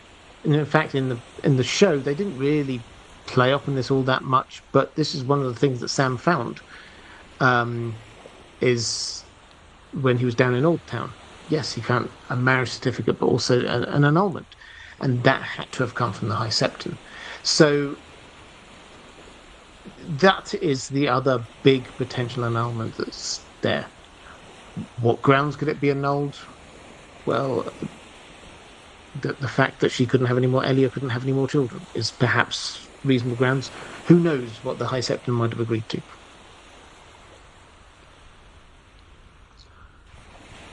I think I had another couple of questions here somewhere. Did I miss them? So quickly.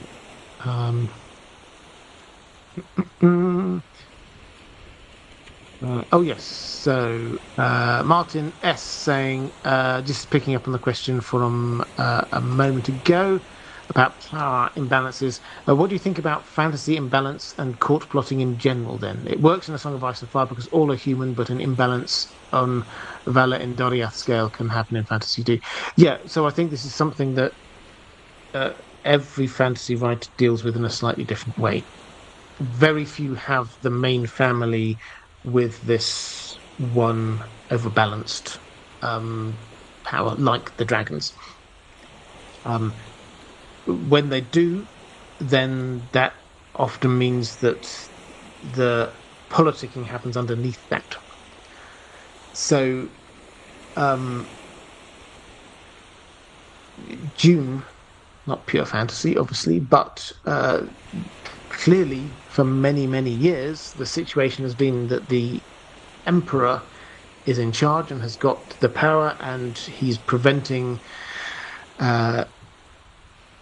not him specifically, but the powers that be preventing people from sort of moving around too much because they've got control over, they've prevented there being control between planets.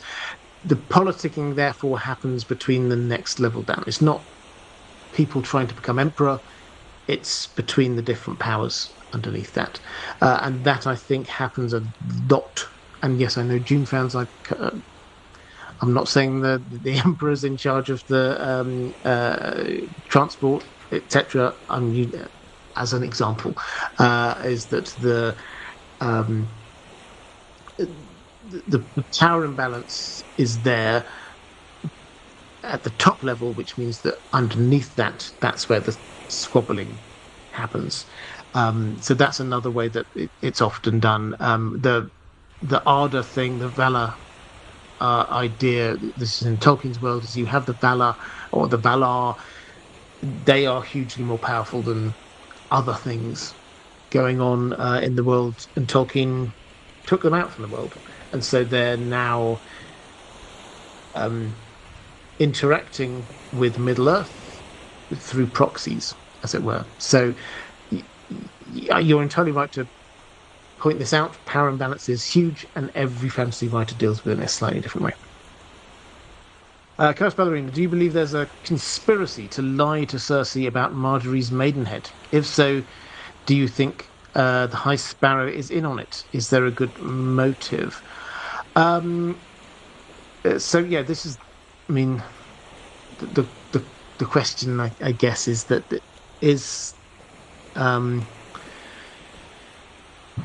Marjorie this kind of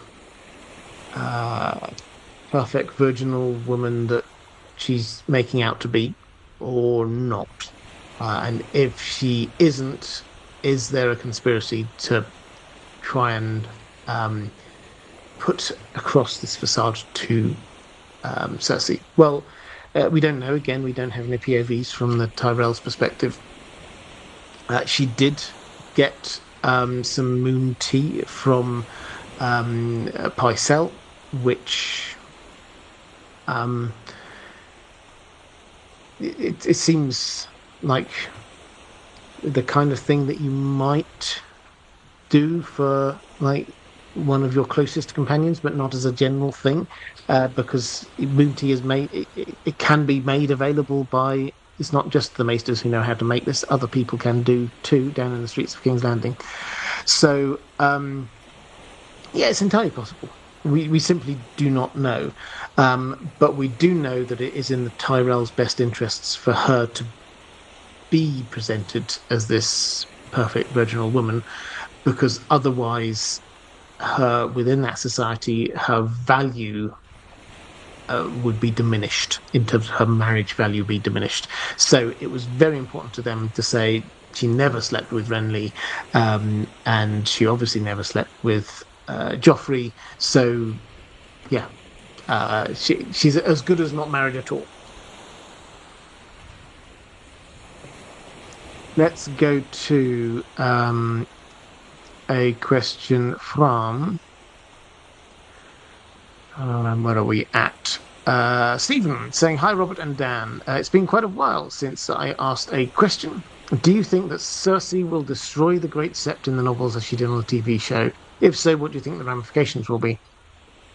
It's hard to imagine that such a heinous and frankly blasphemous action would not inspire opposition. Could the destruction of the Great Sept by fire cause some people to lose faith in the Seven and perhaps convert to the faith of the law? So I have touched on this before, and I think it's 100% true that this is not going to have no repercussions. Whatever she does, if it's anything remotely like that, it will have repercussions. And it will, if it's known to be her, again, this really depends on what happens and how. If it's known to be her, then that is never going to leave her. So the problems that she has with the faith would not just be in King's Landing, but if she heads back to Casterly Rock, as I suspect, then the Septons there are also not going to be particularly liking her. But that may then play into what we're wondering is if she's going to be teaming up with Euron when she gets over there. They both don't have much by way of allies, so they might decide to team up. So his approach to religion is completely different, and so that might appeal to her as a way to eliminate another bit of a problem. We know that she doesn't think particularly strategically, and so she might think, well, the faith are giving me problems here, I'll set Euron on them, without thinking, oh, well, then I've got to deal with Euron. So, yeah, there will be repercussions. But if it's not known that it was her, might that cause some people's faith to go? Well, maybe if they think that it's purely an act of God. My guess is that it wouldn't just be about the destruction of the Great Sept. It would be about who would be destroyed and who would it be a judgment on. So yeah, clearly repercussions, but trying to map them out depends on how it was done, what happened, how it was done, and whether it could be traced back to Cersei. I don't think it will cause many people's faith to rock. If anything, in that kind of febrile atmosphere, it might make people take up even more arms. Zero saying, if Cersei's trial does end up actually happening, opposed to something like the show and blowing up the Great Sept, do you think the High Septon would insist on a trial of 7? Cersei spent a lot of time scheming to undermine the Kingsguard, so it seems like an interesting way to undermine her plans. I mean, I really like that idea. She is very clear in her mind that she needs a champion, but if the High Sparrow does say, okay, we've got our 7, you need 7, is she going to be looking on? She can't just get the Kingsguard because Jaime's not there, Loras isn't there, the Kettleblacks, no, they're all locked up, so she couldn't rely on the Kingsguard, so she'd have to find other people. So she would be kind of at a loss as to who to find. She would have Robert Strong. But yeah, it's an interesting thought, because if we've got this character who is playing very much by the rules of the faith, and you're going to have a trial by combat, then why not have a trial by 7?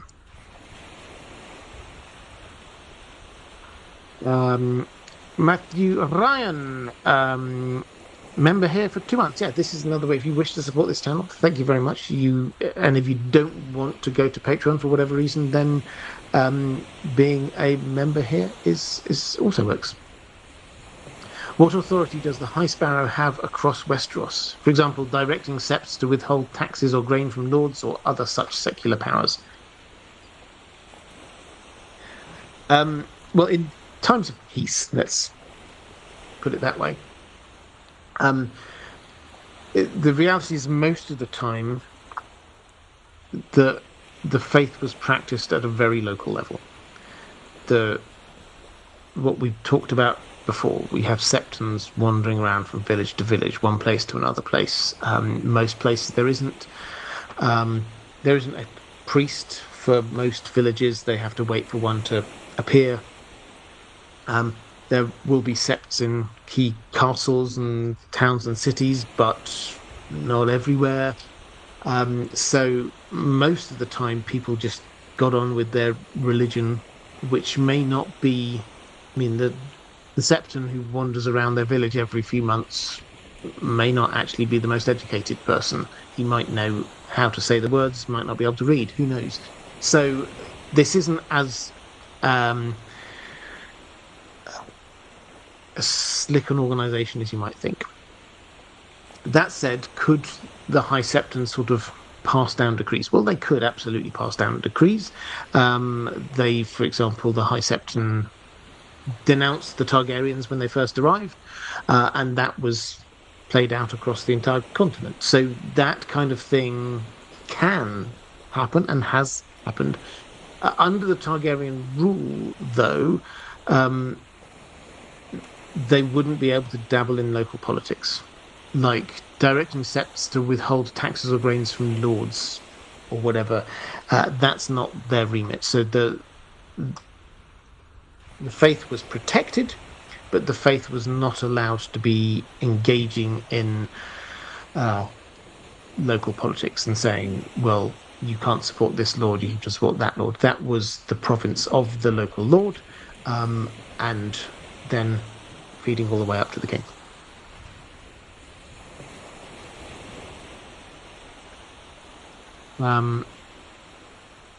Let's go to Zero again, saying or asking what role you see for the resurrected Order of the Faith militant. In theory, the High Sparrow was campaigning to get protection for the Septs in the Riverlands, but so far he's just using them against Cersei and the Iron Throne. Yeah, it's true. So I don't think he's going to be around for long enough to be sort of directing this as an army. But I think, particularly if something happens to the Great Sept, that the idea of the faith getting more militarized is just going to spread. So we may well see small army groups around, like the Holy Hundred, just around and about. Yeah, I think it's going to be not centrally planned, because I think that once the High Sparrow has gone, they would have to try and elect somebody new. That would be a very complicated procedure, and whoever's king at the time will be absolutely sure that they want to make sure that it's their person. They don't want to go through the same thing that happened with the High Sparrow. So I don't think that they're going to have a game-changing role, but I think that they will be there, and I think they might have a significant role in small areas. So when we have characters wandering around the Riverlands, for example, the fact that the faith can be now armed is going to be potentially a significant matter. Let's go to a question from Catherine Furseth, saying, "Hi, Robert. Do you see any parallels between the Sparrows taking over the Great Sept and gathering a large following among the small folks, and the priests of the Red God gathering and whipping up great support amongst slaves in Volantis? What are the comparisons here, and how will both affect the story going forwards? The Song of Ice and Fire is largely a story about the 1%, but these two movements or religious zealots seem to rely on the small folks getting activated. Any thoughts?" Yeah, lots of thoughts. And I think that's a really important observation. So we see in Volantis that when Tyrion passes by the temple of R'hllor there, and we get Bonero, who's like the high priest there, he's preaching away, and as he's doing it, sounds amazing. He's just like stretching out his hands, fires bursting out everywhere, fireworks. He's getting this crowd all worked up. The end of times is coming. The great other is here. We have to go, and this is the last great moment for humanity. We have to face against this, etc., etc. He is building these people up into the point of revolution. Tyrion thinks, as he passes through, it's the same atmosphere there that there was in King's Landing just before the riots. So that's the hint we've got going on.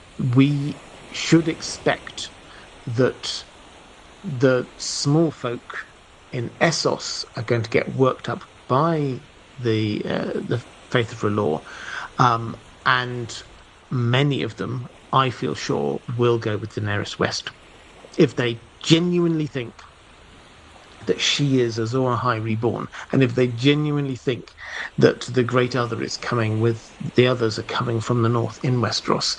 They would have to face that. They couldn't just sort of sit around listening to nice sermons in Essos. They're an active religion. They would have to go and do something about it. So I think that's the sort of the R'hllor angle. The feeling that we get with what's happening with the High Sparrow, I said, feels echoing what happened with the Shepherd, and this is George R. Martin showing us the people who are there as this kind of revolutionary force, and there are echoes between them in that people, particularly the people of King's Landing, they're they're picked on by the 1%. This is a story of the 1%. But the moment that they forget about the 99%, that's when there start to be problems. Martin S. saying, many are critical of Ned's naivety in King's Landing, but I think King's shrewd farseer in the Farseer trilogy was worse. A certain character had already committed treason with tried murder, more obviously untrustworthy than Cersei or Littlefinger. Yeah, I mean, so Farseer, big fan of Robin Hobb, I should say. Yeah, I mean, I don't think I disagree. It's been a few years since I've read the Farseer trilogy, but it is excellent. Ned's naivety in King's Landing, I mean, it's very noticeable, but it's also George R. Martin has written that very much as an inevitability, because that the character that we're shown of him, he couldn't have operated in any other way. It's not just naivety, it's moral standards. Shrewd Farseer, in that story, yeah, he should have been more aware. But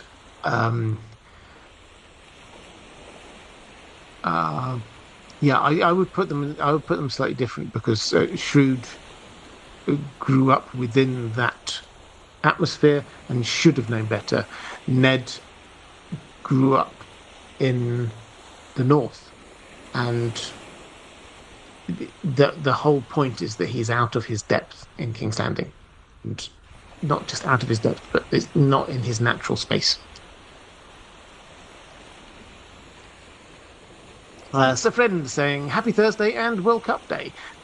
Should he survive, how do you think the High Sparrow, or the Faith of the Seven in general, will react to news of the others breaching the wall and potentially making it south? I tend to closely link the Faith with the Maesters, and with their lockdown approach to magic, don't seem to be thinking about the others at all.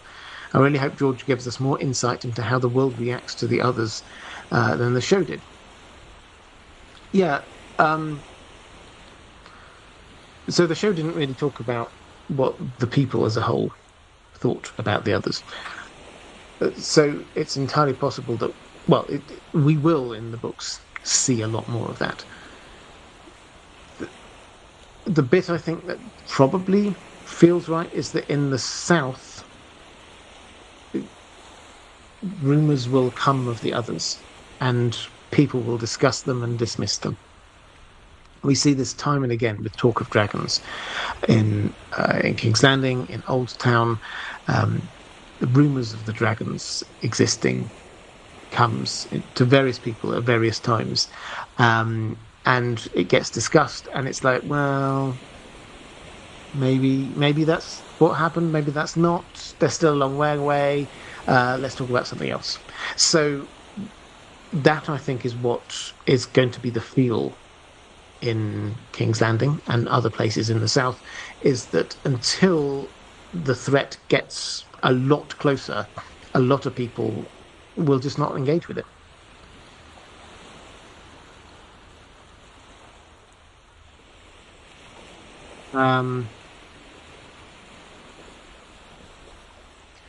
Darius read it before, saying the skill coterie was deliberately impacting Shrewd's mental and physical health. A valid point. I will happily read that out. Farseer slander. Apologies, Derry. That's as I say, it's been a few years since I read it. Excellent books, but it has been a few years. Anne E. And Derry's read it before. YouTube channel. Go check it out. Anne E. Oh, neat. I was just recently thinking that I would love a deep dive into this guy. I don't have any specific, the High Sparrow, don't have any specific questions. I hope you have a great stream. Well, good. And you're going to watch it on Saturday. Hello, on Saturday. James Perkins saying, greetings. My question is about the history of anonymous street preachers of the Faith of the Seven. High Sparrow is placed in his office by a mob of small folk charging up one of the 3 hills of King's Landing to alleviate injustice to the small folk by means of revolutionary violence. In my mind, this is highly reminiscent of that other time a group of small folk effectuated a change in the power structure of the 7 kings by charging up one of the 3 hills, etc., the shepherd, at the end of the dance. Are there any other instances of charismatic street preachers within the Faith of the Seven that could lend us insight into the trend taking place? And do you think we will see a mob of small folk led by a charismatic street preacher charge up the last of the 3 hills in King's Landing in order to change the 7 kingdoms yet again, possibly for Phagon's arrival? So, yeah, I mean, this is an interesting one. I have to admit, I've not thought about the possibility of having identified it, and I think you're entirely right that there is an echo of the shepherd with his mob of small folk and righteous zeal, and the High Sparrow with his mob of small folk and righteous zeal. There's clearly an echo there. King's Landing has 3 hills, one of which contains the Great Sept at the top, one of which has the Dragon Pit at the top, and one of which has the Red Keep at the top. Might we see it? 2 of those have had a nameless rabble-rousing preacher leading a mob up there to enact some kind of justice. Might we see that happen on the 3rd hill? In other words, might we see the people of King's Landing raiding the Red Keep? I like this idea. I don't know exactly how Cersei's going to get pushed out, but I think she will. And I think that she's also the type of person not to accept or believe that it's over, given the fact that she doesn't really want to engage in what's happening outside of the castle walls until it's actually very close to her. So it would not surprise me if there is some kind of popular uprising pushing up to the gates of the Red Keep. We've already seen several times people coming up to the small groups of people coming up to the gates of the Red Keep and sort of being pushed away. So might it happen? I wouldn't rule it out. A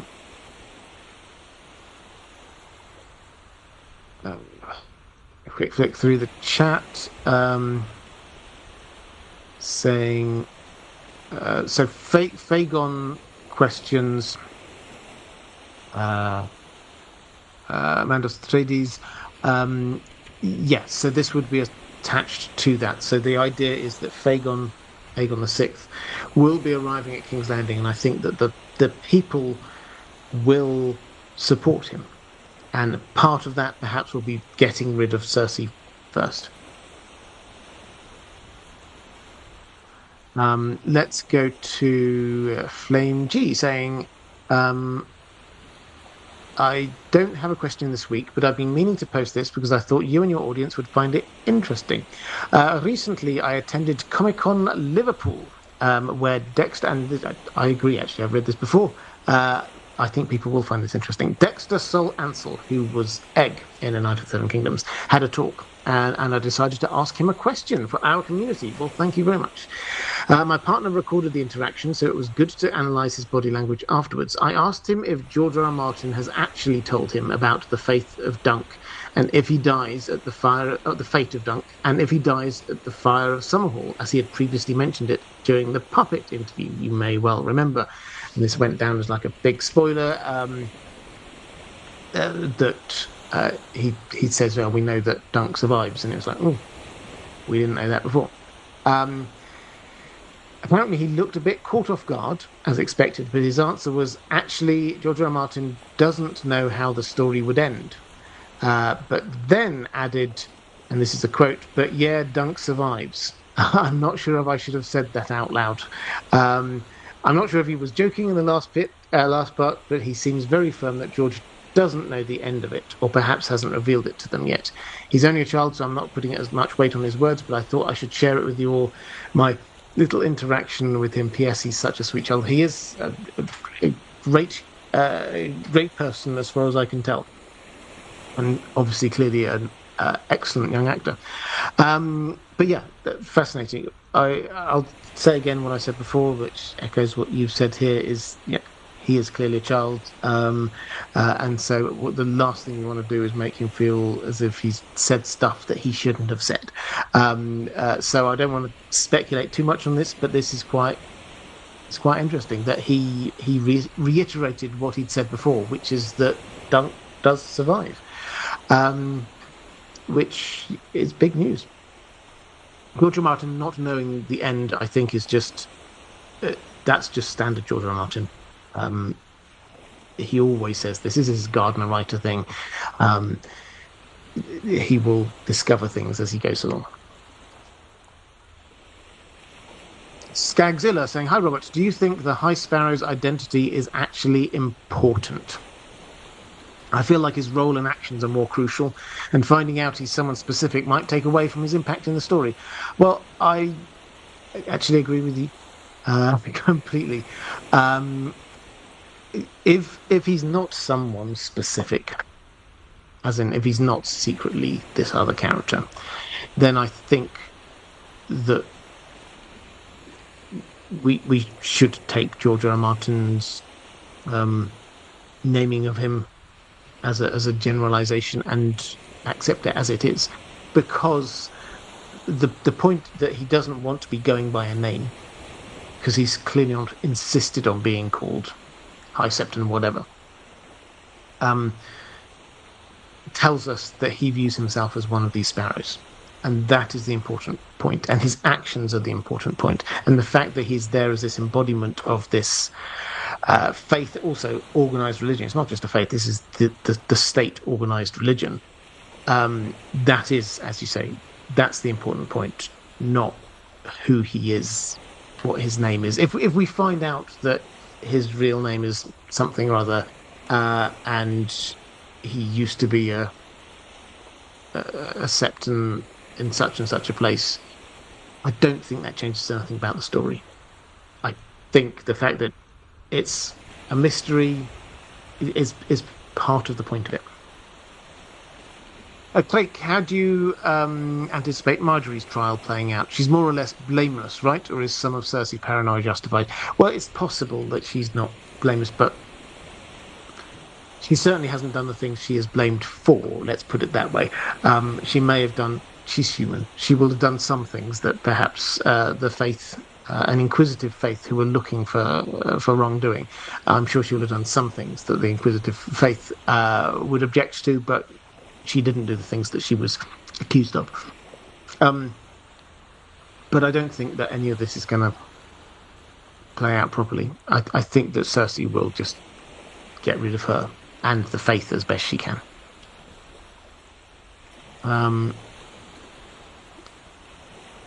AD Ross Fiction saying, Tom Holland being a one-man spoiler machine hasn't done him too much harm, so I'm pretty sure Dexter will be okay. I'm sure Dexter will be absolutely fine. Don't get me wrong. What I'm saying is that what I don't want is him thinking that he's done wrong, because he's still young, and if he's if he comes across this idea that we're all there avidly thinking that he's done a thing that he shouldn't have done, then he might start feeling guilt himself. That was the point I was trying to make. The fact that he's confirmed a thing he's already said, I think, is really helpful for us. So yeah, thank you very much, Flame G, for that. I appreciated it. Oh, just one more question from my patrons. So now is a good time to drop any further questions into the chat. I will try and pick up on as many of them as I can. Ranabir Mitra saying, salutations, Robert and Dan the dog. It's raining, it's pouring, at least we have Edison as our first news signing. Yeah, absolutely. Good to get business done early. Man United thing, not a football stream, but I'm all right with that signing.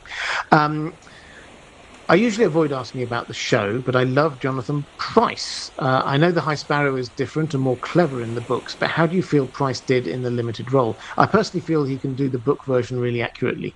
Um, are we due to be getting a trial by seven in the Winds of Winter, with the High Sparrow raising seven folks from the Faith Militant to combat Cersei's seven potential champions? Yeah, so I covered the trial of seven thing. Um, uh, so yeah, him being more intelligent in the book. I mean, I think they played it in different ways. I think that he seems more effective in the books, but they tried to make him come across as more educated and intelligent on the show, if that kind of makes sense. So I agree. Jonathan Pryce did a fantastic job. I think he's an excellent actor. I do really love the scene with him and Diana Rigg, which was a show only scene, and we should give credit for show only scenes where they are very good. When the two of them sort of sit there, and it's like one of them, oh, it's my knees. What is it for you? Or it's my back as we're getting old. That kind of that. I thought that one worked really well, and you'd almost feel these two great older actors just sort of like enjoying working with each other. So yeah, I think he did a great job. I think one of the things they did as well is they kind of cleaned him up a bit. So yes, he's there dressed very humbly and simply. But in the books, for me, the High Sparrow comes across as even more humble and less chatty and more to the point. And Jonathan Pryce, I think, gave the character an air of affability that the High Sparrow in the books never come across to me with, I have to say. You do feel that you could, as Elena Tyrell did, you could have a sensible chat with him and talk some sense, whereas I never think the High Sparrow in the books you could do that with. Okay, let's have a quick flick through the chat. Oh, a bit more mod love is going on. Please do send the moderators a little bit more love. They do fantastic work. Levac, what would it have looked like if Lucien Frey had been elected High Septon? Yeah, so this was when the High Sparrow got brought in, they were effectively in the conclave, and this guy called Septon Lucien was winning. He was, I can't remember what it was exactly, it's something like 17 votes away from winning. The implication was that if they did another round of casting votes, then he would have got it. What difference would that have made? And then the crowd burst in with the High Sparrow on their shoulders and basically forced the vote to go their way. What would have happened if the church would have carried on as this state religion? Basically, we don't know huge amounts about Lucian Frey, but he's a candidate that Cersei was okay with, and so I think we can expect that the faith would have just carried on. Certainly, they wouldn't have cut that deal to get the faith militant. It's possible that over time, though, the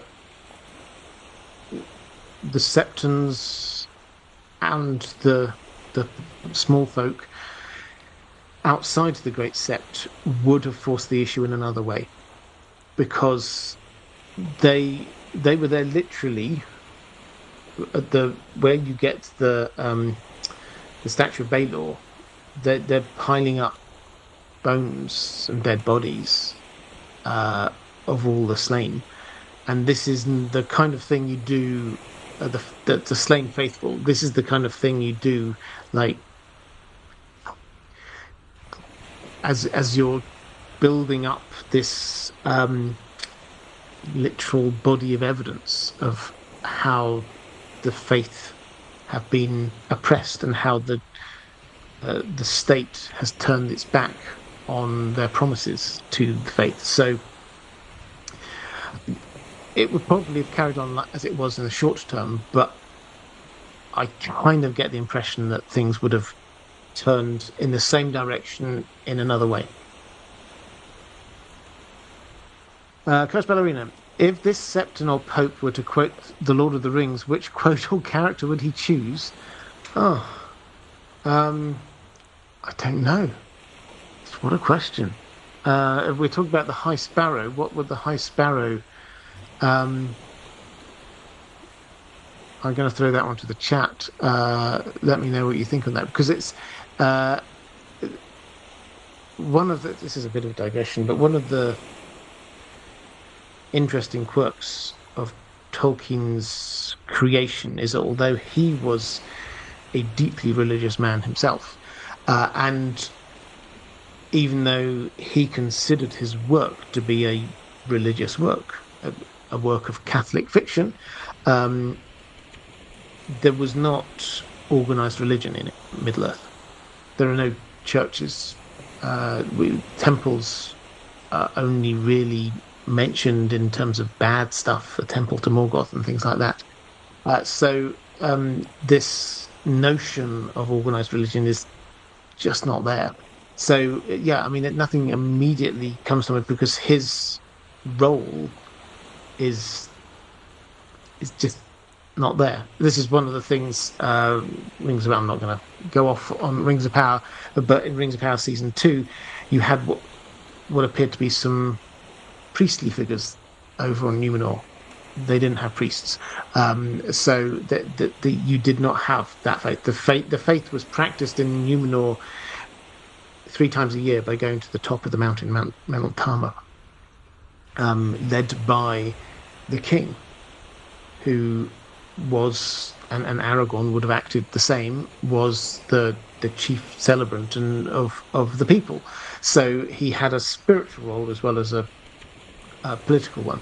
So yeah, the Tolkien link is a different approach to religion, which I always find fascinating. That less personally religious writers often include religions in their worlds in a way that Tolkien, as a religious writer, did not include religion in his world.